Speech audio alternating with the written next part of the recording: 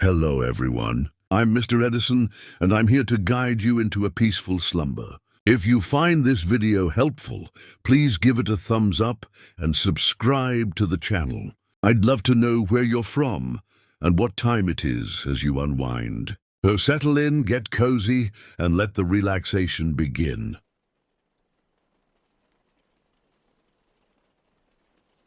In a small village, a cat named Whiskers discovered a magic fish in a pond. The fish promised 3 wishes in exchange for its freedom. Whiskers wished for endless fish, a cozy bed, and a bell that rang softly. The fish granted all 3 wishes and swam away, leaving Whiskers content and purring in the sun. It was the summer of 2020, and I had just turned 22. Fresh out of university, with a degree in environmental science, I was eager to build my resume before applying to graduate programs. My search for meaningful experiences led me to discover the National Outdoor Leadership School, NOLS, an organization renowned for its wilderness expeditions and leadership training. Their website boasted challenging adventures that pushed participants to their limits while teaching valuable outdoor skills. One program in particular caught my eye: a 30-day backpacking trek through the remote wilderness of Alaska's Wrangell St. Elias National Park. The description promised rugged terrain, unpredictable weather, and the chance to test oneself against the raw power of nature. I had always considered myself reasonably fit, though admittedly more from youthful energy than any dedicated training regimen. The idea of traversing vast, untamed landscapes ignited a spark of excitement in me.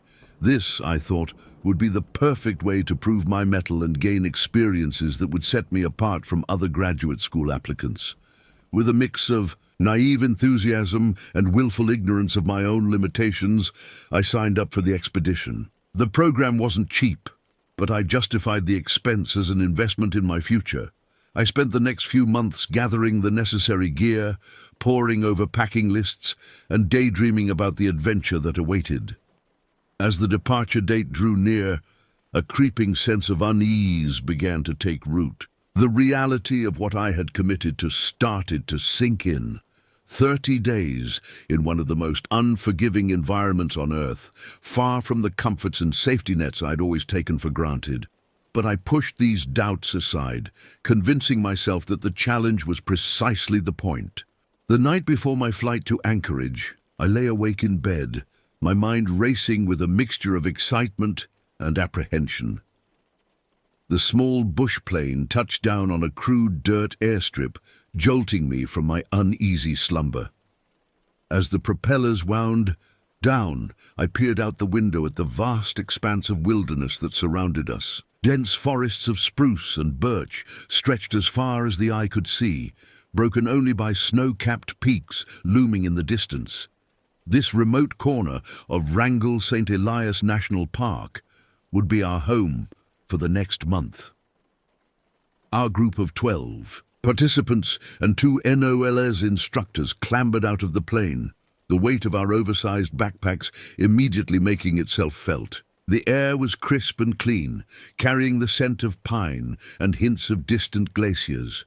As the plane took off, leaving us truly alone in the wilderness, a palpable sense of both excitement and trepidation settled over the group. Our lead instructor, a weathered man in his 50s who introduced himself as Tom, gathered us for a brief orientation. "Welcome to your classroom for the next 30 days, he said, gesturing to the rugged landscape around us. "Out here, nature is both teacher and judge. Listen, learn, and stay alert. Your life may depend on it." With those ominous words hanging in the air, we shouldered our packs and began our trek into the backcountry. The first few hours were grueling as we adjusted to the weight of our gear and the uneven terrain. My boots, despite being broken in, already began to rub uncomfortably against my heels. As the day wore on, the initial excitement gave way to a grim determination to simply put one foot in front of the other. The mosquitoes were relentless, forming clouds around our heads despite liberal applications of repellent. By the time we made camp that evening, every muscle in my body ached, and I collapsed into my tent, utterly exhausted. That night, as I lay in my sleeping bag, listening to the unfamiliar sounds of the wilderness, a sense of isolation, unlike anything I had ever experienced, settled over me. The enormity of our undertaking began to sink in, and I found myself questioning my decision to come on this trip. But it was too late for second thoughts now. We were committed to this journey, for better or worse. A week into our expedition, we had settled into a rhythm of sorts. Each day brought new challenges, steep mountain passes to traverse, icy rivers to ford, and unpredictable weather to contend with. But despite the hardships, there was an undeniable beauty to the landscape that surrounded us. Vast, untouched, wilderness stretched in every direction, making us feel small and insignificant in comparison. On the 8th day, we awoke to grey skies and a persistent drizzle. As we broke camp and prepared for another day of hiking, Tom announced that we would be attempting to cross a particularly treacherous section of terrain. "It's a narrow ridge with steep drop-offs on both sides," he explained. "We'll need to move carefully and stay focused." As we approached the ridge, the rain intensified, and a thick fog rolled in, obscuring our view of the path ahead. The rocky ground beneath our feet became slick and treacherous. We inched forward in single file, each step taken with utmost caution. I was near the middle of the group when I heard a shout from up ahead, followed by the sickening sound of loose rocks cascading down the mountainside. Time seemed to slow as I watched one of my fellow hikers, a woman named Karen, lose her footing and stumble toward the edge of the cliff. In a moment of pure instinct, the hiker behind her lunged forward and managed to grab the strap of her backpack, arresting her fall mere inches from disaster. As Karen was pulled back to safety, visibly shaken, a collective sigh of relief passed through the group. Tom called for a halt, his face grim as he surveyed the situation. "This fog is making things too dangerous," he said. "We need to find a place to wait it out." We carefully retraced our steps to a small plateau we had passed earlier, where we huddled together under hastily erected tarps. As we waited for the weather to clear, an uneasy silence fell over the group. The near miss had shaken us all, bringing home the very real dangers we faced in this unforgiving environment. I found myself staring out into the mist, my mind conjuring images of what might have happened if Karen's fall hadn't been stopped. It was then that I noticed something strange. At the edge of our visibility, I could have sworn I saw a dark figure moving through the fog. It was there for just a moment before disappearing, but the sight sent a chill down my spine that had nothing to do with the damp cold that surrounded us. I blinked, trying to clear my vision, and wondered if my eyes were playing tricks on me. But when I glanced around at my companions, I saw several others peering intently into the mist, their expressions a mixture of confusion and unease. "Did anyone else see that?" whispered Michael, one of the younger members of our group. Before anyone could respond, Tom's voice cut through the tension. "All right, folks, the weather's starting to clear. Let's get moving before it closes in again." As we gathered our gear and prepared to set out once more, I couldn't shake the feeling that we were being watched. The incident on the ridge had been a stark reminder of the physical dangers we faced, but now a new, more insidious fear began to take root. A sense that there was something out there in the wilderness, something that didn't want us here. The days that followed our close call on the ridge were marked by an increasing sense of unease within the group. What had started as an exciting adventure was slowly morphing into something far more ominous. The pristine wilderness that had once filled us with awe now seemed to harbor hidden threats at every turn. Our progress slowed as we navigated through a series of deep valleys, the towering peaks on either side blocking out much of the daylight. The constant gloom began to wear on our spirits, and tempers started to fray. Small disagreements over route choices or campsite selection escalated into heated arguments. On the 12th day of our expedition, disaster struck. We were crossing a swift-moving river, using a rope system set up by our instructors to ensure our safety. I just made it to the other side when I heard a shout of panic. Turning, I saw Michael, the youngest member of our group, lose his grip on the rope and get swept away by the current. The next few minutes were a blur of frantic activity. Tom and several others raced downstream, trying to get ahead of Michael's rapidly moving form. I watched in horror as he was battered against rocks, his head disappearing beneath the churning water for heart-stopping intervals. After what seemed like an eternity, they managed to pull Michael from the river. He was unconscious, his body battered and bleeding from multiple wounds. As we gathered around trying to assess his condition, I noticed something that made my blood run cold. On Michael's arm, barely visible among the other injuries, were what looked like deep claw marks, as if something had tried to drag him under the water. Tom noticed my stare and quickly covered the wounds, his expression unreadable. "Let's focus on getting him stabilized," he said, his voice tense. "We need to set up camp here and call for an emergency evacuation." As night fell, we huddled around our tents, the mood somber and frightened. Michael's condition was stable but critical, and we knew a rescue helicopter wouldn't be able to reach us until morning at the earliest. The sound of the river seemed to have taken on a menacing quality, its constant roar a reminder of how close we had come to losing one of our own. It was during my shift of watching over Michael that I first heard it, a low, guttural sound that seemed to come from just beyond the circle of our campfire's light. I strained my eyes, trying to penetrate the darkness, but could see nothing. The noise came again, closer this time, a sound that was almost, but not quite human.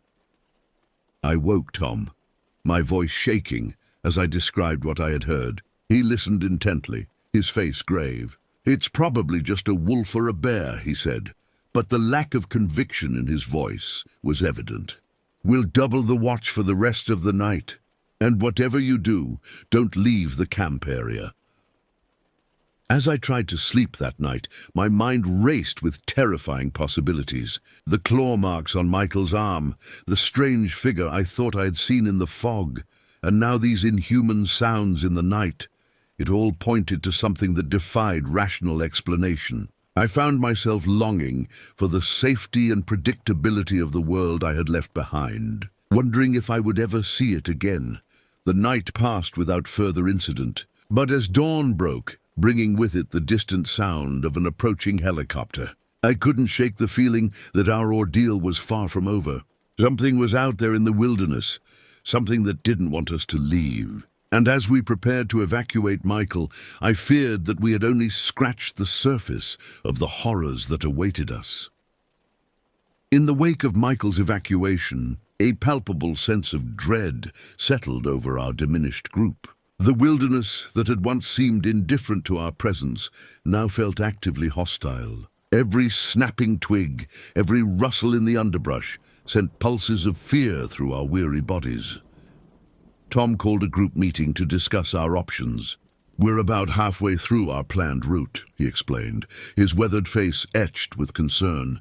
"We can either push on to our original endpoint or cut the expedition short and head for the nearest extraction point. The choice is yours." A heated debate ensued. Some argued that we should cut our losses and get out while we still could. Others, driven by a mix of pride and stubbornness, insisted on completing the journey as planned. In the end, the decision was made to continue, though I could see the doubt in Tom's eyes as he nodded his agreement. As we resumed our trek, I couldn't shake the feeling that we were making a terrible mistake. The landscape seemed to grow more forbidding with each passing mile. Jagged peaks loomed overhead, their snow-capped summits lost in roiling banks of dark clouds. The vegetation became sparser, giving way to fields of tumbled boulders and scree slopes that threatened to give way beneath our feet. It was on the third day after Michael's evacuation that we realized we were being stalked. At first, it was just glimpses, a shadow moving at the edge of our vision, gone when we turned to look. But soon, the signs became impossible to ignore. We found strange tracks in the mud near our campsites, too large to belong to any animal we knew. Personal items went missing from our packs, only to turn up in bizarre locations. A compass found hanging from a tree branch, a map discovered torn to shreds and arranged in an unnatural pattern on a rock.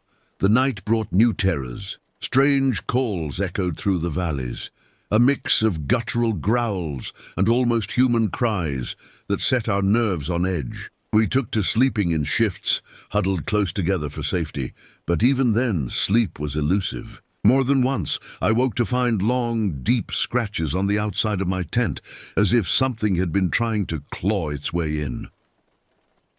Tom tried to maintain a calm facade, but I could see the fear in his eyes. Our other instructor, Maria, became increasingly withdrawn, spending long hours staring off into the distance with a haunted expression. The rest of the group was falling apart. Arguments broke out over the smallest things, fueled by fear and exhaustion.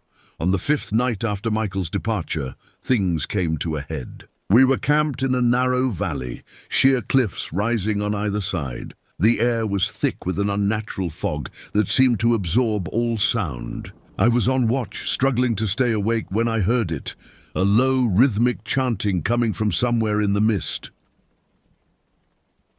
Heart-pounding, I woke the others. As we huddled together, straining our ears, the chanting grew louder. It was in no language any of us recognized, but the malevolence in those guttural syllables was unmistakable. Then, to our horror, we began to make out shapes moving in the fog, tall, emaciated figures that seemed to flicker in and out of existence.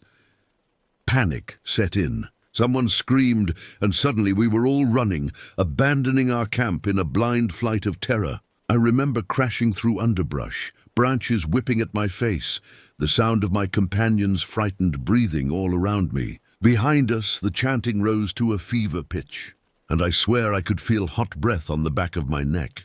When we finally stopped, gasping for air in a small clearing, I realized with a jolt of horror that we had become separated. Only 5 of us had made it to this spot, myself, Tom, Maria, and 2 others. The rest of the group was gone, lost in the fog-shrouded wilderness. As dawn broke, casting an eerie reddish light over the landscape, we faced a grim reality. We were lost, separated from half our group, with minimal supplies and no idea what horrors lurked in the wilderness around us. The expedition had become a desperate fight for survival, and I feared that not all of us would make it out alive. The days following our terrifying night flight blurred together in a haze of exhaustion and fear. Our small group of survivors pushed on, driven by the desperate hope of finding our lost companions or reaching some semblance of civilization. But with each passing hour, that hope grew dimmer.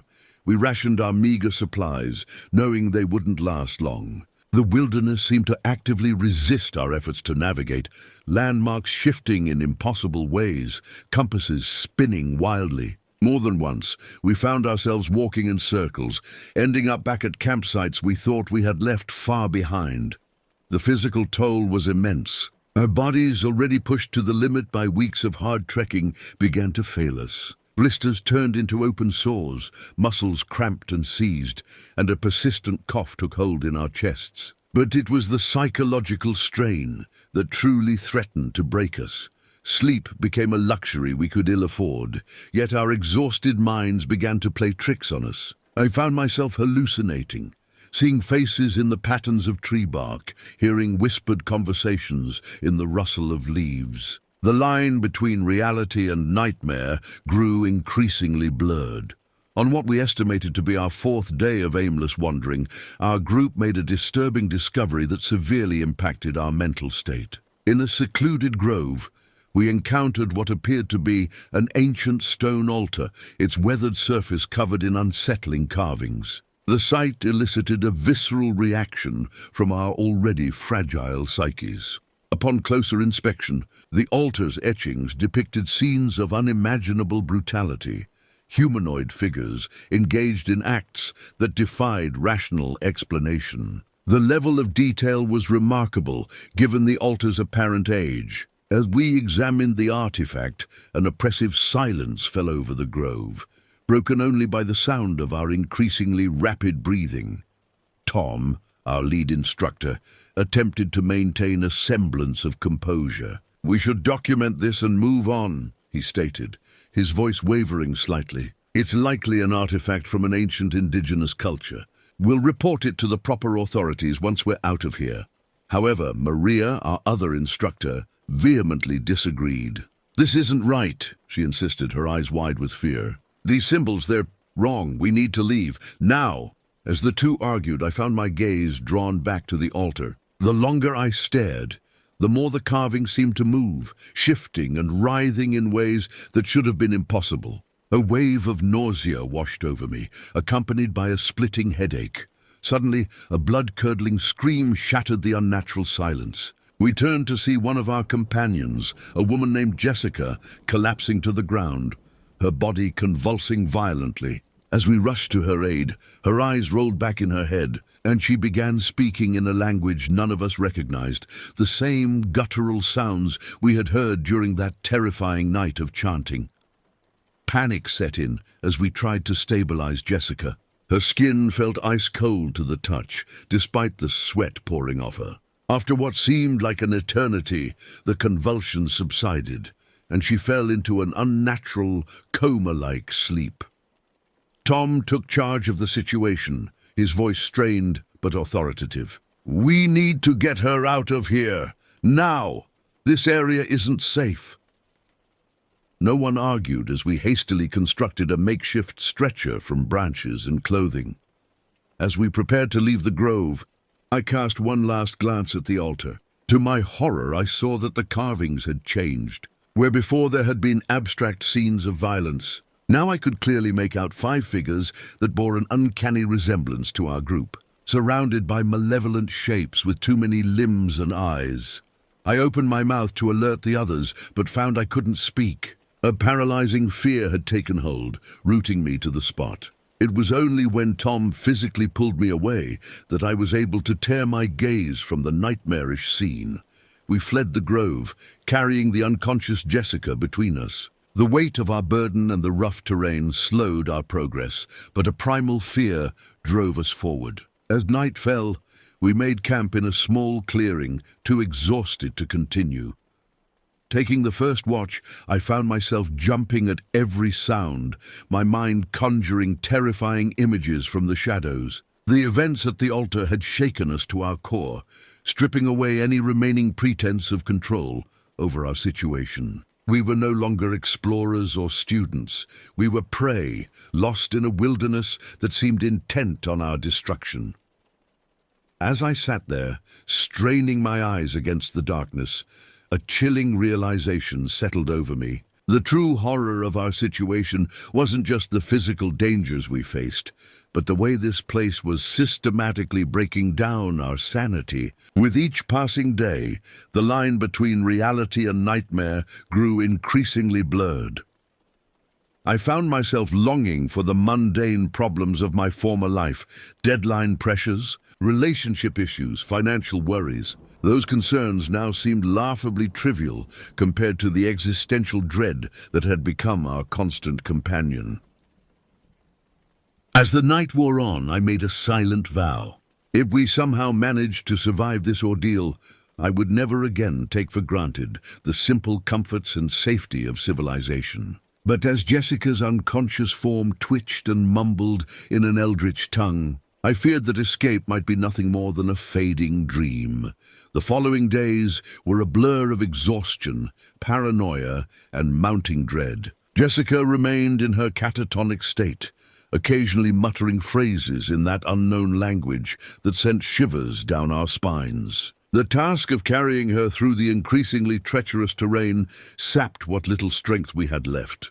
Our supplies had dwindled to almost nothing. We resorted to foraging for sustenance, but the flora in this forsaken place seemed as alien as the stone altar we had encountered. Even Tom, with his extensive wilderness experience, hesitated before declaring anything safe to eat.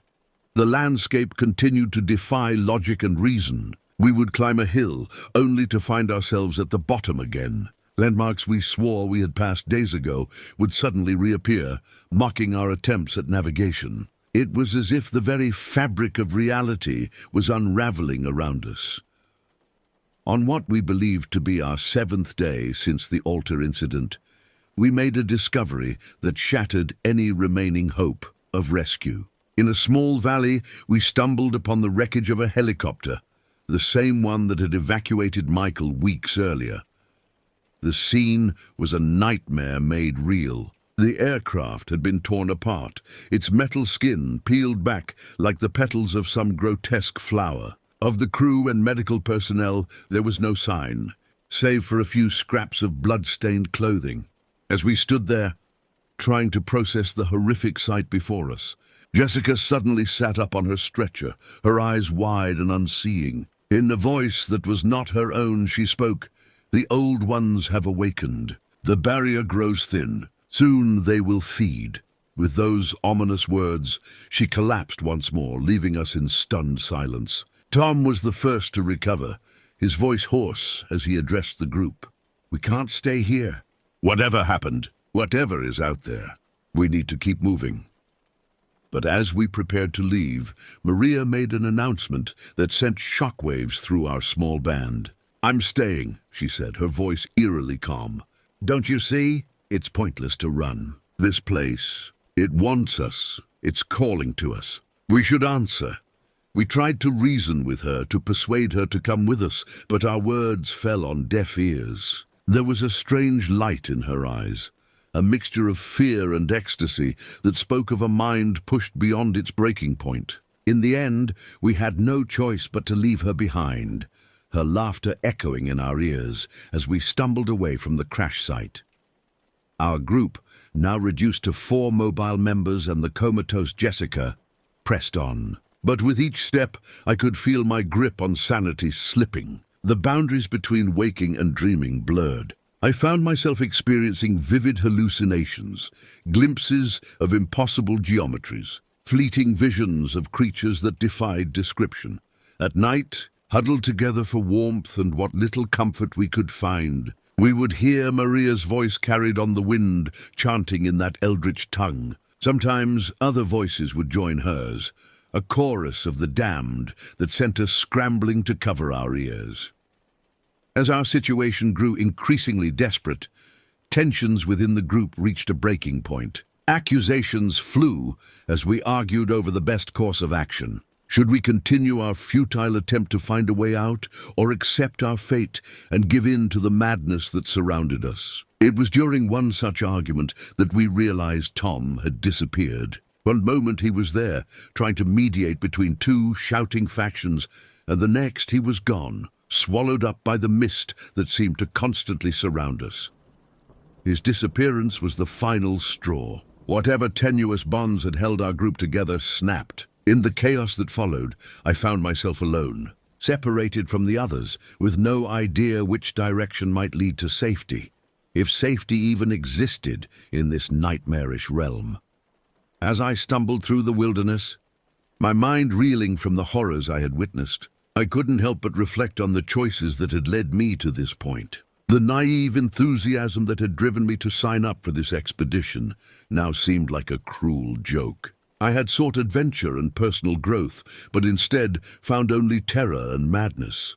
The realization hit me with crushing force. There would be no heroic escape, no last-minute rescue. The wilderness had claimed us, body and soul, and as the mist closed in around me, bringing with it whispered promises of revelation and terror, I understood that my journey was far from over. The true horrors were yet to come. Time lost all meaning as I wandered alone through the ever-shifting landscape. Days blended into nights, and reality became an increasingly fluid concept. My physical state deteriorated rapidly, clothes in tatters, body emaciated, mind teetering on the brink of total collapse. In my more lucid moments, I tried to piece together what had happened. How had a simple wilderness expedition gone so catastrophically wrong? But those periods of clarity grew fewer and farther between, overwhelmed by vivid hallucinations and moments of lost time. I found myself reliving memories, both real and imagined. Childhood birthdays blurred into college lectures, which in turn melted into scenes of cosmic horror that I knew I had never witnessed, yet felt hauntingly familiar. The boundaries of my very identity began to fray. It was in this state of near-total dissolution that I stumbled upon the cave. Hidden behind a curtain of moss and lichen, its entrance beckoned with an eldritch glow. Some still functioning part of my rational mind screamed at me to turn back, to run as far and as fast as I could. But my body, acting on its own accord, propelled me forward into the darkness. The cave's interior defied comprehension. Impossible angles and non-Euclidean geometries assaulted my senses. The walls seemed to pulse with an inner light, revealing glimpses of other worlds and dimensions that no human was meant to see. Ancient symbols, similar to those on the altar we had discovered, covered every surface, their meaning just beyond the grasp of understanding. As I ventured deeper into the cave, I became aware of a presence, vast, ancient, and utterly alien. It filled the air with a palpable sense of malevolence and hunger. And then, in a moment of terrible clarity, I understood. The wilderness we had entered was no mere geographical location. It was a threshold, a weak point in the fabric of reality, where the barriers between dimensions had grown thin. Our expedition, through some cosmic twist of fate, had stumbled into a place where ancient entities, long dormant, were stirring back to life. These beings, these old ones, as Jessica had called them, existed beyond human comprehension. Our presence had served as a catalyst, hastening their awakening. And now, as the veil between worlds grew ever thinner, they prepared to enter our reality once more. In that moment of revelation, I experienced a vision so vast and terrifying that my mind recoiled from it. I saw the true nature of the universe, a chaotic, uncaring void filled with entities of unimaginable power and hunger. I saw the insignificance of humanity, our entire history nothing more than a fleeting moment in the grand cosmic scale. And I saw our future, a world reshaped by the return of these ancient beings, where the laws of physics and reason no longer applied, where humanity would be reduced to cattle, our minds shattered by the mere presence of our new overlords. The vision overwhelmed me, threatening to annihilate what remained of my sanity. But just as I felt myself slipping away entirely, a new sensation cut through the madness, pain, sharp and insistent, anchoring me to my physical form. I found myself on the floor of the cave, my nails bloody from clawing at the stone, my throat raw from screams I couldn't remember uttering. And there, standing over me, were the remaining members of my group, Tom, his face gaunt and eyes wild. The others, barely recognizable as the people I had started this journey with. "We found you," Tom said, his voice a hoarse whisper. We've seen it too. What's coming? What's already here?" As I struggled to my feet, I saw that we were not alone in the cave. Shadowy figures moved at the edge of my vision, the lost members of our group, other unfortunate souls who had been caught in this cosmic trap. All drawn to this nexus point by forces beyond our understanding. "What do we do now?" I asked, though I feared I already knew the answer. Tom's laugh was hollow, devoid of any trace of humor. "Do? There's nothing we can do. The old ones are awakening. The barrier is almost gone. All we can do now is bear witness." As if in response to his words, a tremor ran through the cave. The symbols on the walls began to glow with an intense, sickly light. The air grew thick with an otherworldly energy that set my teeth on edge and made my skin crawl. We huddled together, this broken remnant of humanity, as the cave around us began to warp and shift. Reality itself seemed to be tearing at the seams, allowing glimpses of what lay beyond. Vistas of alien worlds, nightmarish landscapes that defied description, and always the sense of vast, hungry entities turning their attention towards our fragile dimension. As the barrier between worlds crumbled, I closed my eyes, unable to bear the sight of what was emerging. In that final moment, as sanity and reality slipped away, my thoughts turned to the world I had left behind, a world of simple pleasures and mundane problems, a world I would never see again. The last thing I remember is a sound, not a roar or a shriek, but a vast cosmic sigh, as if some unimaginably large being was drawing its first breath in eons. And then, mercifully, darkness claimed me.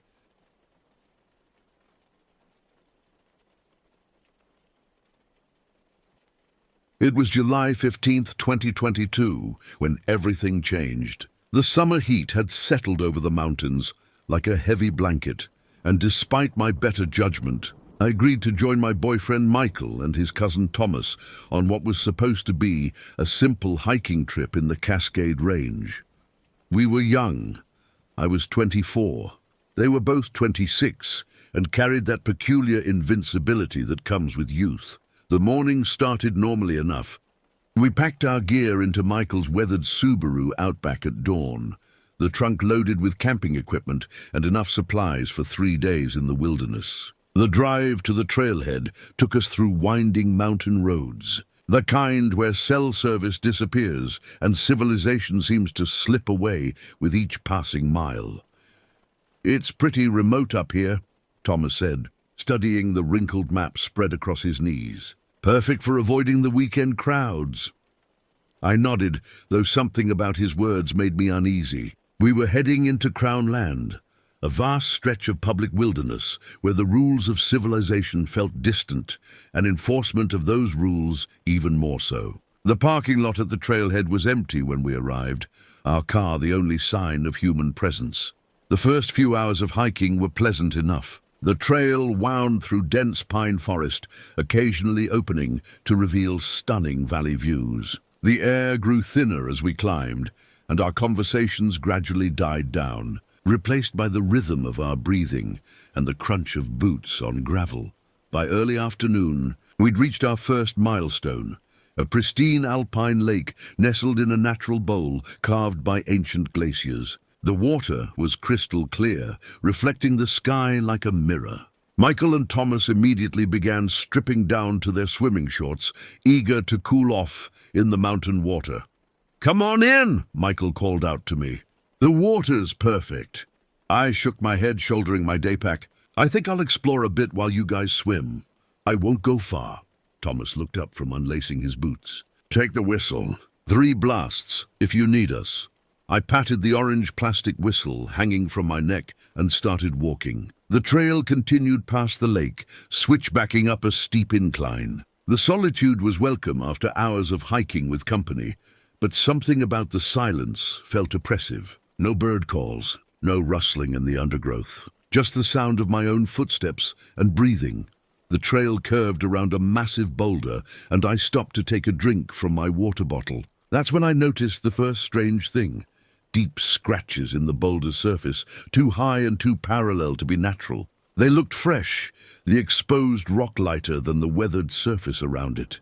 I ran my fingers over the marks, feeling the roughness of newly scored stone. A chill ran down my spine despite the afternoon heat. Something had made these marks, something big enough to reach well above my head. I told myself it was probably just a bear marking its territory, but even as I thought it, I knew bear scratches didn't look like this.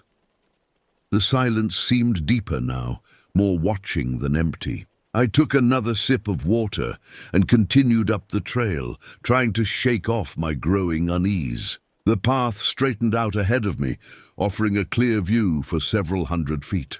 That's when I saw it.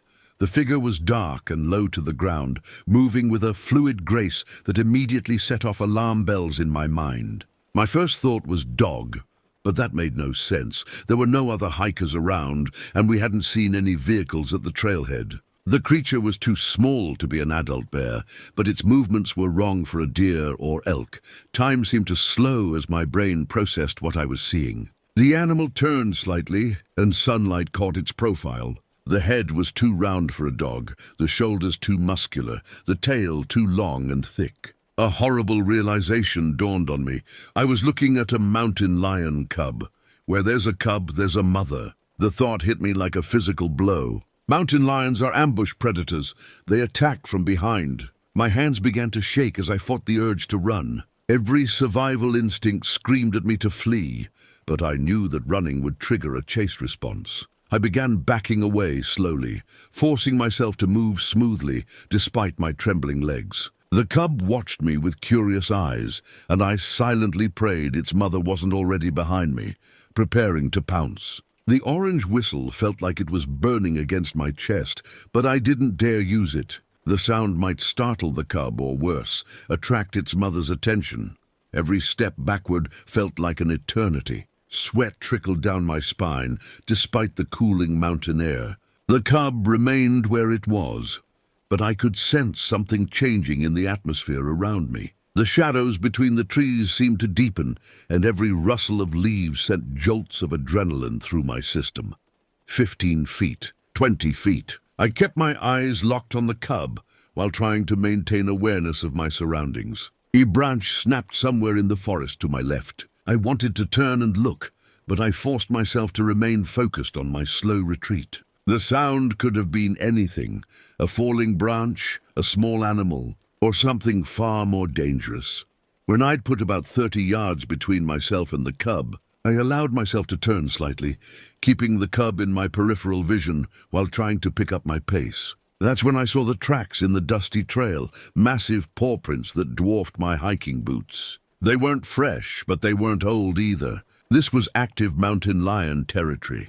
The realization that I'd wandered into a predator's hunting ground hit me with crushing force. I thought about Michael and Thomas, still swimming in the lake below, completely unaware of the danger. The whistle seemed heavier now, but I still couldn't risk using it. The sound would carry for miles in these mountains, and I had no way of knowing what it might attract.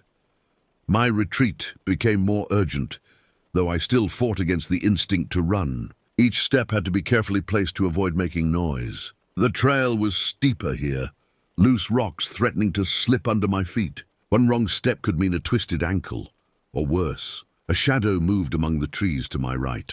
My heart nearly stopped. I froze, hardly daring to breathe. Was it just the wind moving the branches, or something more sinister? The cub had disappeared from view, but that only made me more nervous. Where had it gone? More importantly, where was its mother? The afternoon light was beginning to fade as clouds rolled in from the west. The temperature dropped noticeably, and the wind picked up, causing the pine branches to sway and creak. Every moving shadow became a potential threat, every sound a possible warning. I finally reached the bend in the trail where I'd seen the scratched boulder. The marks seemed more ominous now, knowing what kind of creature had likely made them. I passed the boulder quickly, no longer interested in examining the scratches up close. The lake was just around the next switchback, but the trail here was exposed, cutting across an open slope with dense forest above and below. I felt horribly vulnerable. The hairs on the back of my neck stood up, that primal warning system telling me I was being watched. A rock clattered down the slope above me. I looked up, scanning the tree line. Nothing moved, but the shadows between the trunks seemed darker, more absolute. Another rock fell, closer this time. Was something following me along the ridge? The sound of splashing and distant laughter drifted up from the lake. Michael and Thomas, still enjoying their swim, unaware of what was happening on the trail above them. I wanted to call out, to warn them, but making noise now felt dangerous. The predator instinct in me knew that silence was my only defense. I took another careful step, and that's when I heard it, a sound that turned my insides to ice. A low, throaty growl, barely audible over the wind in the trees. It came from somewhere above me on the slope. I couldn't see anything through the thick undergrowth, but I knew she was there.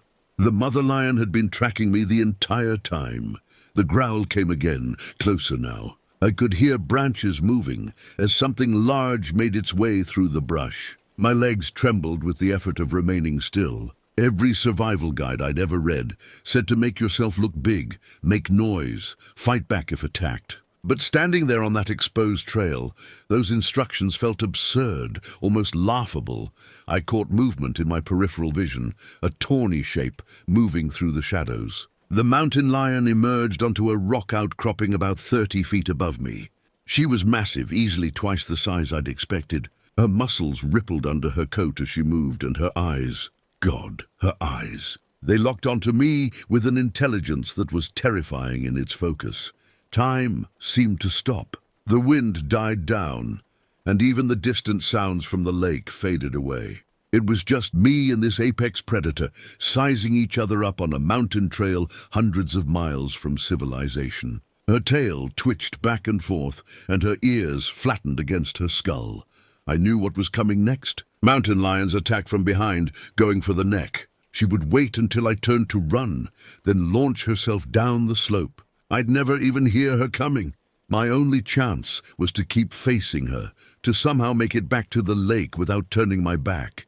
The cat took a step forward, muscles tensing. I fumbled for the whistle, knowing it was probably useless, but desperate for any kind of defense. The whistle shook in my trembling fingers. The mountain lion's shoulders bunched, preparing to spring.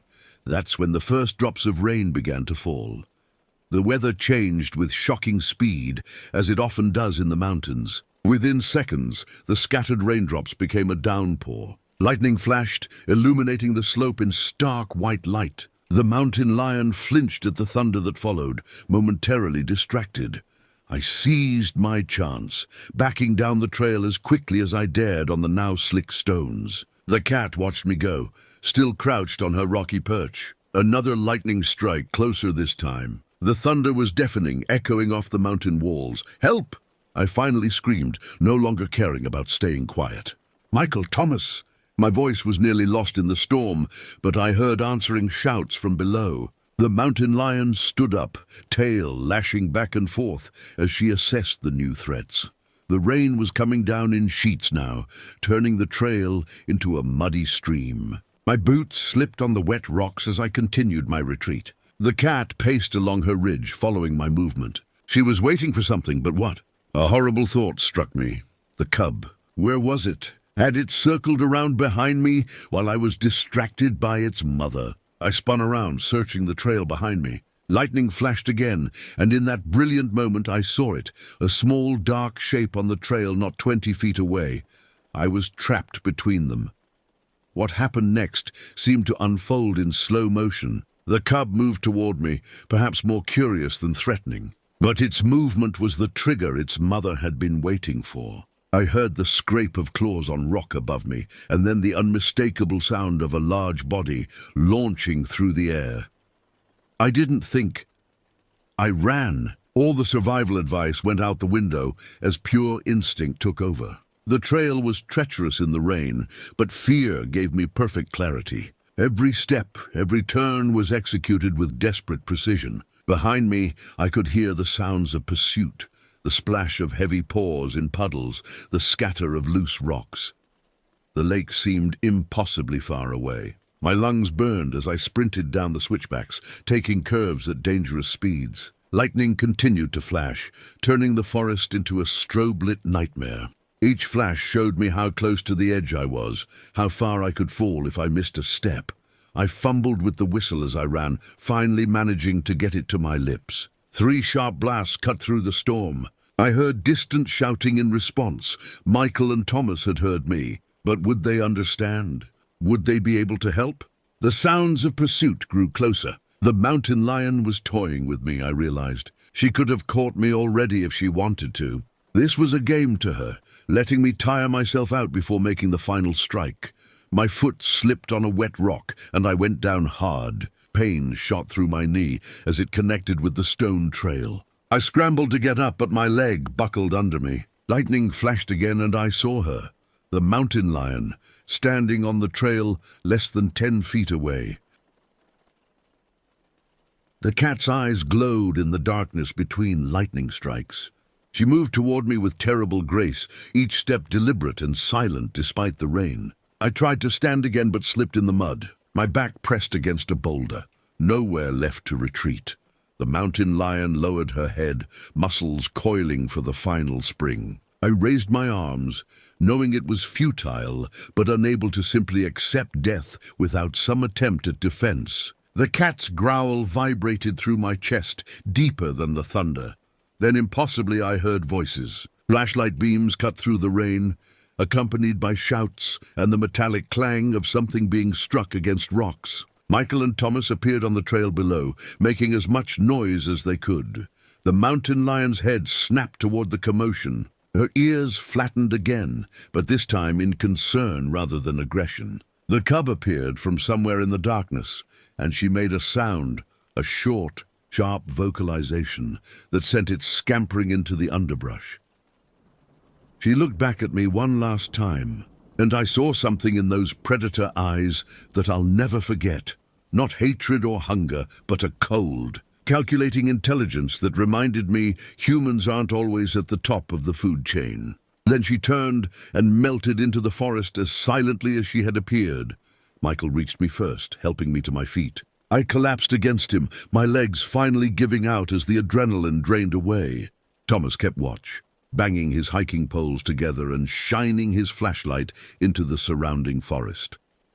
We made it back to the lake as quickly as my injured knee would allow, gathered our camping gear, and got off that mountain in record time. The storm raged around us as we hiked out in the growing darkness, but we didn't stop until we reached the car. Later, safe in the emergency room while a doctor examined my knee, I tried to explain what had happened. The words felt inadequate to describe the primal terror of being hunted, of being reduced to prey. The doctor nodded sympathetically and mentioned that mountain lion sightings had increased in the area recently.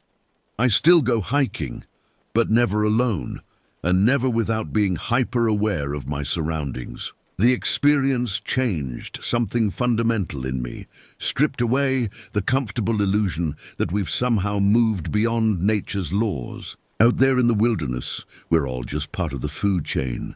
Sometimes at night, I dream of those eyes watching me from the darkness. I wake up thinking I can hear that deep, resonant growl. And on stormy nights, when lightning illuminates the shadows outside my window, I remember what it felt like to be hunted. The mountains hold many dangers, but none more terrifying than the reminder that we're not always the apex predator. Some lessons are written in fear and adrenaline, carved so deep into your psyche that you never truly forget them. I certainly never will.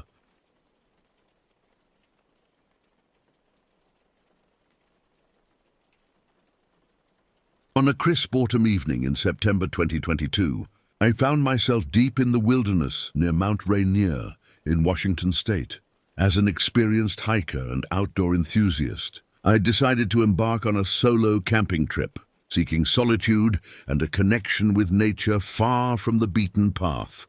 At 32 years old, I considered myself well prepared for the challenges of backcountry camping. My pack was filled with essential gear, including a high-quality tent, sleeping bag, water filtration system, and enough provisions to last for a week. The first 2 days of my journey had been uneventful, filled with breathtaking vistas of towering evergreens and glimpses of distant snow-capped peaks. On the third night, I set up camp in a small clearing surrounded by dense forest. The area was far from any official campgrounds or marked trails, a deliberate choice to immerse myself in the raw beauty of the wilderness. As darkness fell, I kindled a small fire, its warm glow creating a comforting barrier against the encroaching shadows of the forest. The crackling of the flames and the gentle rustling of leaves in the cool night breeze lulled me into a sense of peace. I retired to my tent, zipping myself into my sleeping bag, and quickly drifted off to sleep, feeling safe in my solitude. It was in the dead of night when I was jolted awake by an unfamiliar sound. At first, I tried to dismiss it as the natural noises of the forest, but a growing sense of unease compelled me to investigate. With trembling hands, I unzipped the tent flap and peered out into the darkness. What I saw next sent a chill down my spine that no amount of wilderness preparedness could have steeled me against. There, mere feet from my tent, sat a man. The dying embers of my campfire cast an eerie, flickering light across his features. He was unremarkable in appearance, perhaps in his mid-40s, with nondescript clothing that blended seamlessly with the forest surroundings. But it was his presence alone in this remote location that filled me with a profound sense of dread. Our eyes met, and in that instant I saw a flash of something in his gaze that defied explanation. It wasn't surprise or guilt at being caught, but a look of stark terror, as if he had seen something far more frightening than a lone camper. Before I could gather my wits to speak, he bolted into the darkness, leaving me frozen in shock. I remained motionless for what felt like hours, straining my ears for any sound of his return. The forest had fallen unnaturally silent, as if holding its breath. Eventually, exhaustion overcame my fear, and I fell into a fitful sleep, plagued by nightmares of shadowy figures lurking just beyond the reach of my campfire's light. As dawn broke, I emerged from my tent, half expecting to find some trace of the nocturnal visitor. But the forest appeared undisturbed, offering no evidence of the previous night's encounter. I tried to rationalize the experience, convincing myself that it must have been a hallucination brought on by isolation and the unfamiliar sounds of the wilderness. Perhaps, I thought, it was simply another hiker who had stumbled upon my camp by pure coincidence. With this uneasy rationalization, I packed up my gear and set out to continue my journey, pushing the unsettling encounter to the back of my mind. Yet as I hiked deeper into the wilderness, I couldn't shake the feeling that something had fundamentally changed. The forest, once a source of solace and adventure, now seemed to harbor hidden threats, its shadows concealing unknowable dangers. The day following the strange encounter passed without incident, yet I found myself unable to fully relax. Every snapping twig or rustle in the underbrush sent my heart racing, my mind conjuring images of the mysterious man lurking just out of sight. I pushed myself harder than usual, covering more ground in an attempt to put distance between myself and the location of the previous night's unsettling experience. As evening approached, I selected a new campsite, taking care to choose a spot that offered a clear view of the surrounding area. I was determined not to be caught off guard again. The process of setting up camp, normally a routine task, now felt like a strategic operation. I positioned my tent with its back to a large boulder, ensuring no one could approach from behind without my knowledge. Despite my precautions, sleep eluded me that night. I lay awake, ears straining to catch any sound that might betray an approaching presence. The normal nighttime sounds of the forest, the hoot of an owl, the distant howl of a coyote, took on sinister undertones in my heightened state of alertness. It was well past midnight when I heard it, a sound that didn't belong. At first, it was so faint that I thought I might have imagined it. But as I held my breath and listened intently, I could make out what sounded like footsteps, slow and deliberate, circling my campsite. My heart pounded so loudly I was certain it would give away my position. I reached for my flashlight, my hand trembling as I grasped it. For several agonizing moments I debated whether to investigate or remain hidden in my tent. The footsteps grew closer, and in a surge of desperate courage, I unzipped the tent and thrust the beam of light into the darkness. The forest beyond my campsite was still. No sign of movement, no mysterious figure caught in the act. But as I swept the flashlight around, I noticed something that made my blood run cold, a series of footprints in the soft earth, forming a circle around my tent. They hadn't been there when I'd set up camp. Sleep was now out of the question. I spent the remainder of the night sitting up, my back pressed against the boulder, flashlight in one hand, and my hunting knife in the other. As the first light of dawn filtered through the trees, I felt a momentary sense of relief, only to have it replaced by a new gnawing fear. Someone was out there watching me, stalking me through this vast wilderness, and I had no idea why. With hands that shook from a combination of fatigue and fear, I broke camp as quickly as possible. My initial plan had been to spend a week in the backcountry, but now all I could think about was finding my way back to civilization. I consulted my map, plotting the quickest route back to my car, which was parked at a trailhead some 15 miles away. As I hiked, I constantly looked over my shoulder, scanning the forest for any sign of pursuit. The beauty of the wilderness that had initially drawn me here now seemed oppressive. Every tree could potentially conceal a threat. Every shadow might hide my unknown stalker. By late afternoon, I had covered a significant distance, pushing myself to the point of exhaustion. I knew it wasn't safe to continue in the growing darkness, but the thought of stopping to make camp filled me with dread. Eventually, fatigue won out, and I found a small clearing to set up for the night. This time, I forwent the tent, opting instead to sleep under the open sky where I could better see my surroundings. I gathered a larger-than-usual pile of firewood, determined to keep the fire burning throughout the night. As I sat by the crackling flames, trying to calm my frayed nerves, I couldn't shake the feeling that I was being watched. The forest seemed to close in around me, the darkness beyond the firelight impenetrable and full of menace. I found myself jumping at every sound, my imagination populating the night with terrifying scenarios. Was the man I had seen merely a harmless, if eccentric, fellow hiker? Or was he something far more sinister, a deranged individual who stalked lone hikers through the wilderness for some twisted purpose? As the night wore on, my exhaustion began to overcome my fear. I fought to keep my eyes open, knowing that to succumb to sleep was to make myself vulnerable. But eventually, despite my best efforts, I felt my eyelids growing heavy, my thoughts becoming muddled. Just as I was about to drift off, a sound pierced the night, a voice calling out from the darkness beyond my campfire's glow. "Do you know how to get to Bell's Canyon?" it asked, the words sending a jolt of adrenaline through my system.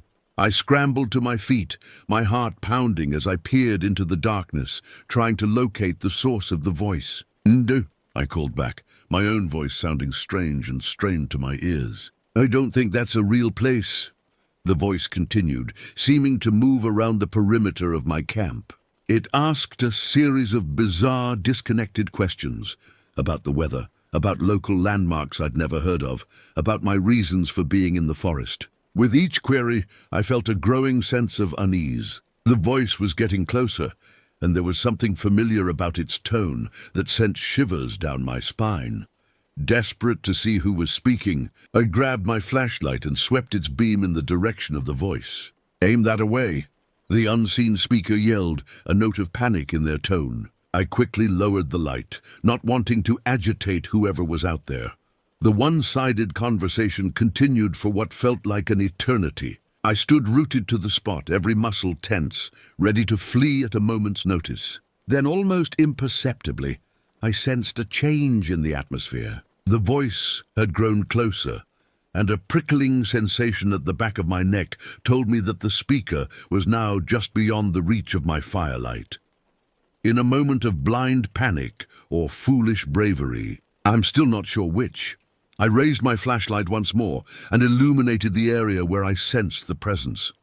The beam of light revealed a sight that turned my blood to ice. There, standing at the edge of my camp, was the same man I had seen outside my tent 2 nights before. His eyes, wide with that same inexplicable terror I had witnessed before, locked onto mine for a split second before he turned and fled into the darkness. I stood there, paralyzed by shock and fear as the realization dawned on me. This man had been following me for at least 15 miles over 2 days. In the vast expanse of this wilderness, there was no way this could be a coincidence. I was being hunted.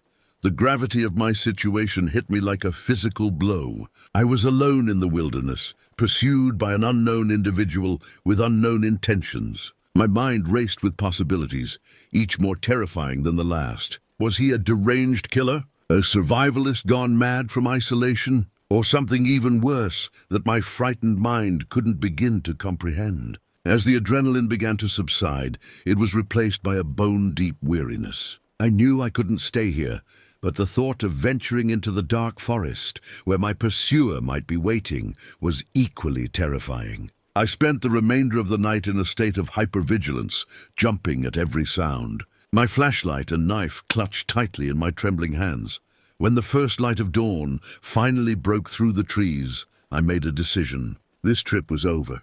I had to get back to civilization, back to safety. But I knew it wouldn't be easy. My pursuer had proven himself capable of tracking me through this rugged terrain. If I was to escape, I would need every ounce of wilderness knowledge and survival instinct I possessed. With a deep breath, I shouldered my pack and set out, my senses on high alert. The journey back to my car and to safety would be the most harrowing experience of my life, a test of endurance, wit, and will against an adversary whose motives remained chillingly unclear. As I set out at first light, the forest that had once seemed so welcoming now felt like a sinister maze designed to conceal my pursuer and confound my escape. Every shadow held the potential for danger. Every rustle in the underbrush sent a jolt of fear through my body. The 15 miles that separated me from my vehicle and safety might as well have been 1,000. I knew that a straight path back to the trailhead would be the quickest route, but also the most predictable. If the man following me had any knowledge of the area, he would likely anticipate this move. With this in mind, I made a difficult decision. I would take a more circuitous route, one that would hopefully throw him off my trail. The first few hours of my journey were a blur of paranoia and exhaustion. I pushed myself hard, covering ground quickly while constantly looking over my shoulder. Every so often, I would stop and listen intently, trying to discern any sounds that might betray my pursuer's presence. The forest remained eerily quiet, as if holding its breath in anticipation of the chase. As midday approached, I came across a small stream. Under normal circumstances, I would have welcomed the chance to refill my water supply and rest. Now it presented a tactical opportunity. I decided to use the water to obscure my trail. Wading into the cold stream, I walked along its bed for nearly a mile, my boots slipping on moss-covered rocks, the chill of the water numbing my feet. When I finally emerged from the stream, I found myself in a dense thicket of ferns and young saplings. Perfect for concealment, I thought. I took a moment to catch my breath and plan my next move. It was then that I heard it, a faint sound of splashing water upstream. My heart leapt into my throat. Had he found my trail so quickly? Without hesitation, I plunged deeper into the undergrowth, moving as quietly as I could while still maintaining speed. The ferns whipped at my face and arms, leaving tiny cuts that stung in the cool air. I didn't care. All that mattered was putting distance between myself and whoever was following the stream. As the day wore on, my path took me through varying terrain, up steep, rocky inclines that left me gasping for breath, through meadows where I felt terrifyingly exposed, and back into the dense forest where every tree seemed to hide a potential threat. I employed every trick I knew to cover my tracks, backtracking, walking on rocky ground that wouldn't hold footprints, and even climbing trees to travel short distances without touching the forest floor.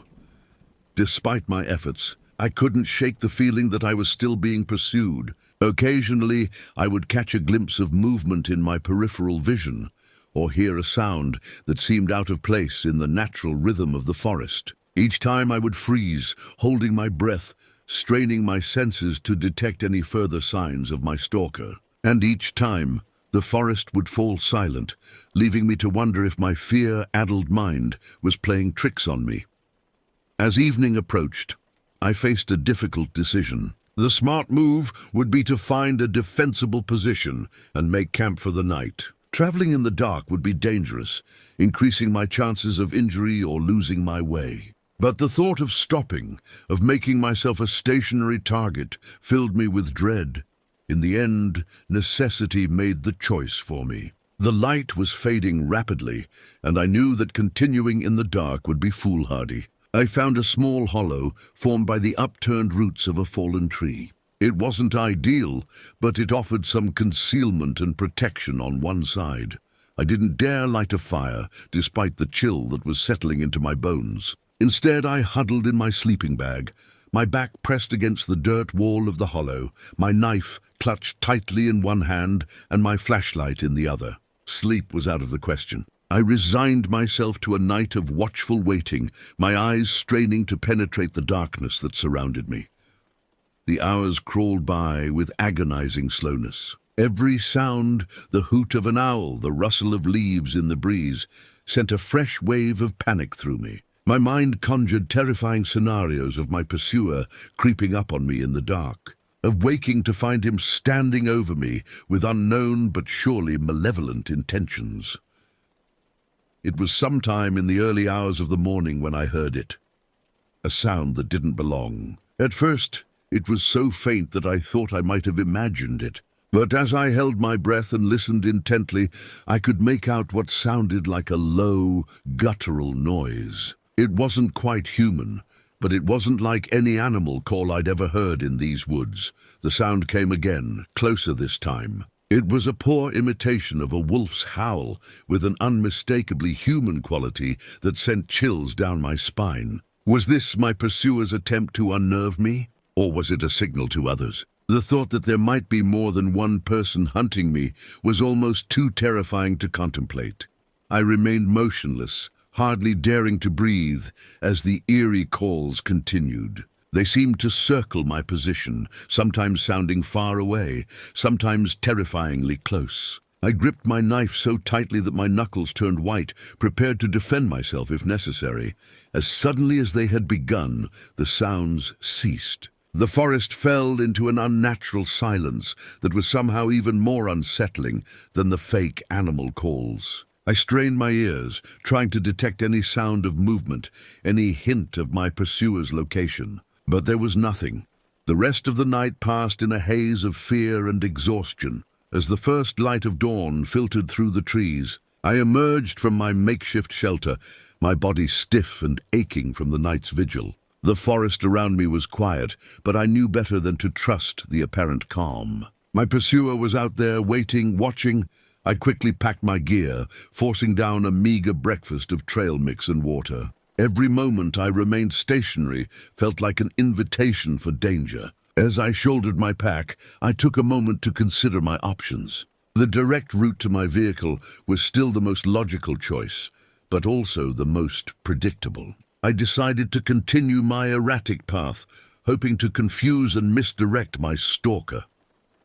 The day's journey was a grueling test of endurance and paranoia. I pushed myself hard, covering ground quickly while employing every evasion tactic I knew. I doubled back on my trail, laid false tracks, and even resorted to crawling through dense underbrush to avoid leaving an obvious path. As the sun climbed higher in the sky, the forest seemed to close in around me. The once peaceful sounds of birds and rustling leaves now felt like a cacophony of potential threats. Every snapping twig or sudden movement in my peripheral vision sent a jolt of adrenaline through my system. Midday found me at the base of a steep ravine. The descent would be treacherous, but it offered a chance to put some difficult terrain between myself and my pursuer. As I carefully picked my way down the rocky slope, loose stones skittering away under my feet, I heard a sound that made my blood run cold, a deliberate cough echoing from somewhere above me. I froze, pressing myself against the ravine wall, my heart pounding so loudly I was certain it would give away my position. Minutes passed, feeling like hours, as I strained my ears for any further sound. When none came, I resumed my descent, moving as quickly as I dared on the unstable ground. Reaching the bottom of the ravine, I found myself in a narrow gully, a shallow stream trickling between moss-covered rocks. The high walls on either side made me feel trapped, but I pressed on, knowing that to climb back out would expose me to whoever might be watching from above. As I splashed through the cold water, my mind raced with possibilities. Who was this man? What did he want? The not knowing was almost worse than any scenario I could imagine. Was he a deranged killer? A survivalist gone mad from isolation? Or something even worse that my frightened mind couldn't begin to comprehend? The gully eventually widened, opening into a small, mist-shrouded valley. As I emerged from the narrow passage, a movement caught my eye. There, on the far side of the clearing, was a figure. My pursuer stood motionless, partially obscured by the mist and the shadows of the trees. Even at this distance, I could feel the weight of his gaze upon me. For a moment, we both stood frozen, locked in a silent standoff. Then, as if by some unspoken signal, we both burst into motion. I turned and ran, no longer concerned with stealth or misdirection. Pure survival instinct took over as I crashed through the underbrush, branches whipping at my face and arms. I could hear him behind me, his footfalls heavy and purposeful. The sound spurred me on, pushing my exhausted body beyond its limits. I ran without direction or plan, my only thought to put distance between myself and my pursuer. Time lost all meaning as I fled through the forest. My lungs burned, my legs screamed in protest, but still I ran. I scrambled up slopes, plunged through streams, and forced my way through dense thickets, ignoring the cuts and bruises that accumulated on my skin. As the light began to fade from the sky, I realized I had made a terrible mistake. In my panic, I had lost all sense of direction. I had no idea how far I had come or in what direction my vehicle lay. The thought of being lost in this wilderness, with night falling and a relentless pursuer on my trail, nearly broke me. Exhaustion finally forced me to stop. I collapsed behind a fallen log, my chest heaving as I struggled to catch my breath. As my pulse slowly returned to normal, I strained my ears for any sound of pursuit. The forest was quiet, save for the usual evening sounds of birds settling in for the night. Had I lost him, or was this another of his tricks, letting me believe I was safe, only to appear when I least expected it? I knew I couldn't afford to let my guard down, but my body desperately needed rest. I decided to risk a few hours of sleep, knowing that I would need my strength for the ordeal ahead. Finding a dense cluster of bushes, I crawled inside, using the natural canopy as camouflage. It was far from comfortable, but it offered some concealment. As I lay there, my body trembling with exhaustion and fear, I tried to formulate a plan. In the morning, I would need to regain my bearings and make a final push for my vehicle. But for now, all I could do was wait, listening to the sounds of the night forest, and praying that morning would find me alive and free. The hours crept by with agonizing slowness. Every rustle of leaves, every snapping twig sent a fresh wave of panic through me. I dozed fitfully, never fully sleeping, my hand clutched tightly around the handle of my hunting knife. As the first light of dawn began to filter through the leaves, I stirred from my hiding place. My muscles protested, stiff from the cold and the awkward position I had maintained throughout the night. But there was no time to coddle my aching body. I had to move. Emerging from the bushes, I surveyed my surroundings, trying to get my bearings. The landscape looked unfamiliar, but a distant peak I recognized gave me a general sense of direction. My vehicle and safety lay to the northwest. With a deep breath, I shouldered my pack and set out, knowing that the final leg of this nightmare journey would test me to my very limits. The rising sun brought little comfort as I began what I hoped would be the last day of my ordeal. Every step was a battle against exhaustion, fear, and the growing certainty that my pursuer was still out there, watching and waiting for his moment to strike. I set a punishing pace, pushing my battered body to its limits. The terrain was unforgiving, steep inclines, dense underbrush, and treacherous rocky outcroppings that threatened to twist an ankle or worse. But the thought of reaching my vehicle, of escaping this nightmare, drove me onward. As the morning wore on, I began to recognize landmarks. A peculiarly shaped boulder, a clearing I had passed through on my way in, small signs that I was on the right track. But with this growing familiarity came a new fear. If I recognized these markers, surely my pursuer would as well. He would know I was making for the trailhead. The realization spurred me to new heights of paranoia. I began to take increasingly erratic detours, backtracking and laying false trails with a frenzied energy. My progress slowed, but I couldn't shake the feeling that a direct route would be my undoing. As midday approached, I found myself at the edge of a small meadow. The open space made me hesitate. Crossing it would leave me exposed, but going around would add precious time to my journey. As I stood there, weighing my options, a sound reached my ears that turned my blood to ice. Voices, distant but unmistakable, coming from the direction I had been heading. For a moment, hope flared in my chest. Other hikers, rescue. But as quickly as it had come, the hope was extinguished. There was something off about the voices, a quality I couldn't quite place, but that sent warning signals blaring through my mind. I retreated into the shelter of the trees, my heart pounding. Had my pursuer been joined by others? The thought of multiple hunters tracking me through this wilderness was almost too terrifying to contemplate. But I couldn't deny the evidence of my own ears. With shaking hands, I consulted my map. There was another route to the trailhead, longer and more difficult, but one that might allow me to avoid whoever was ahead. It was a gamble, but one I had to take. I set out on this new path, my senses stretched to their limits. Every sound, every movement in the undergrowth sent a jolt of adrenaline through my system. The voices behind me faded, but I couldn't shake the feeling that I was being herded, driven like prey towards some unseen trap. The afternoon wore on, the forest growing darker as clouds gathered overhead. The temperature dropped, and a chill wind began to whip through the trees. As if sensing my desperation, the wilderness itself seemed to be turning against me. It was then, as I scrambled up a steep, root-tangled slope, that disaster struck. My foot caught on a hidden root, and I felt something give way in my ankle. I stumbled, crying out in pain as I fell heavily to the ground. For a moment I lay there, the taste of dirt in my mouth, pain shooting up my leg. The urge to give up, to just lie there and let whatever was going to happen, was almost overwhelming. But survival instinct kicked in, and I forced myself to move. My ankle screamed in protest as I got to my feet. It wasn't broken, but it was certainly sprained, possibly badly. I tested my weight on it, biting back a groan. I could walk, but my pace would be significantly slowed.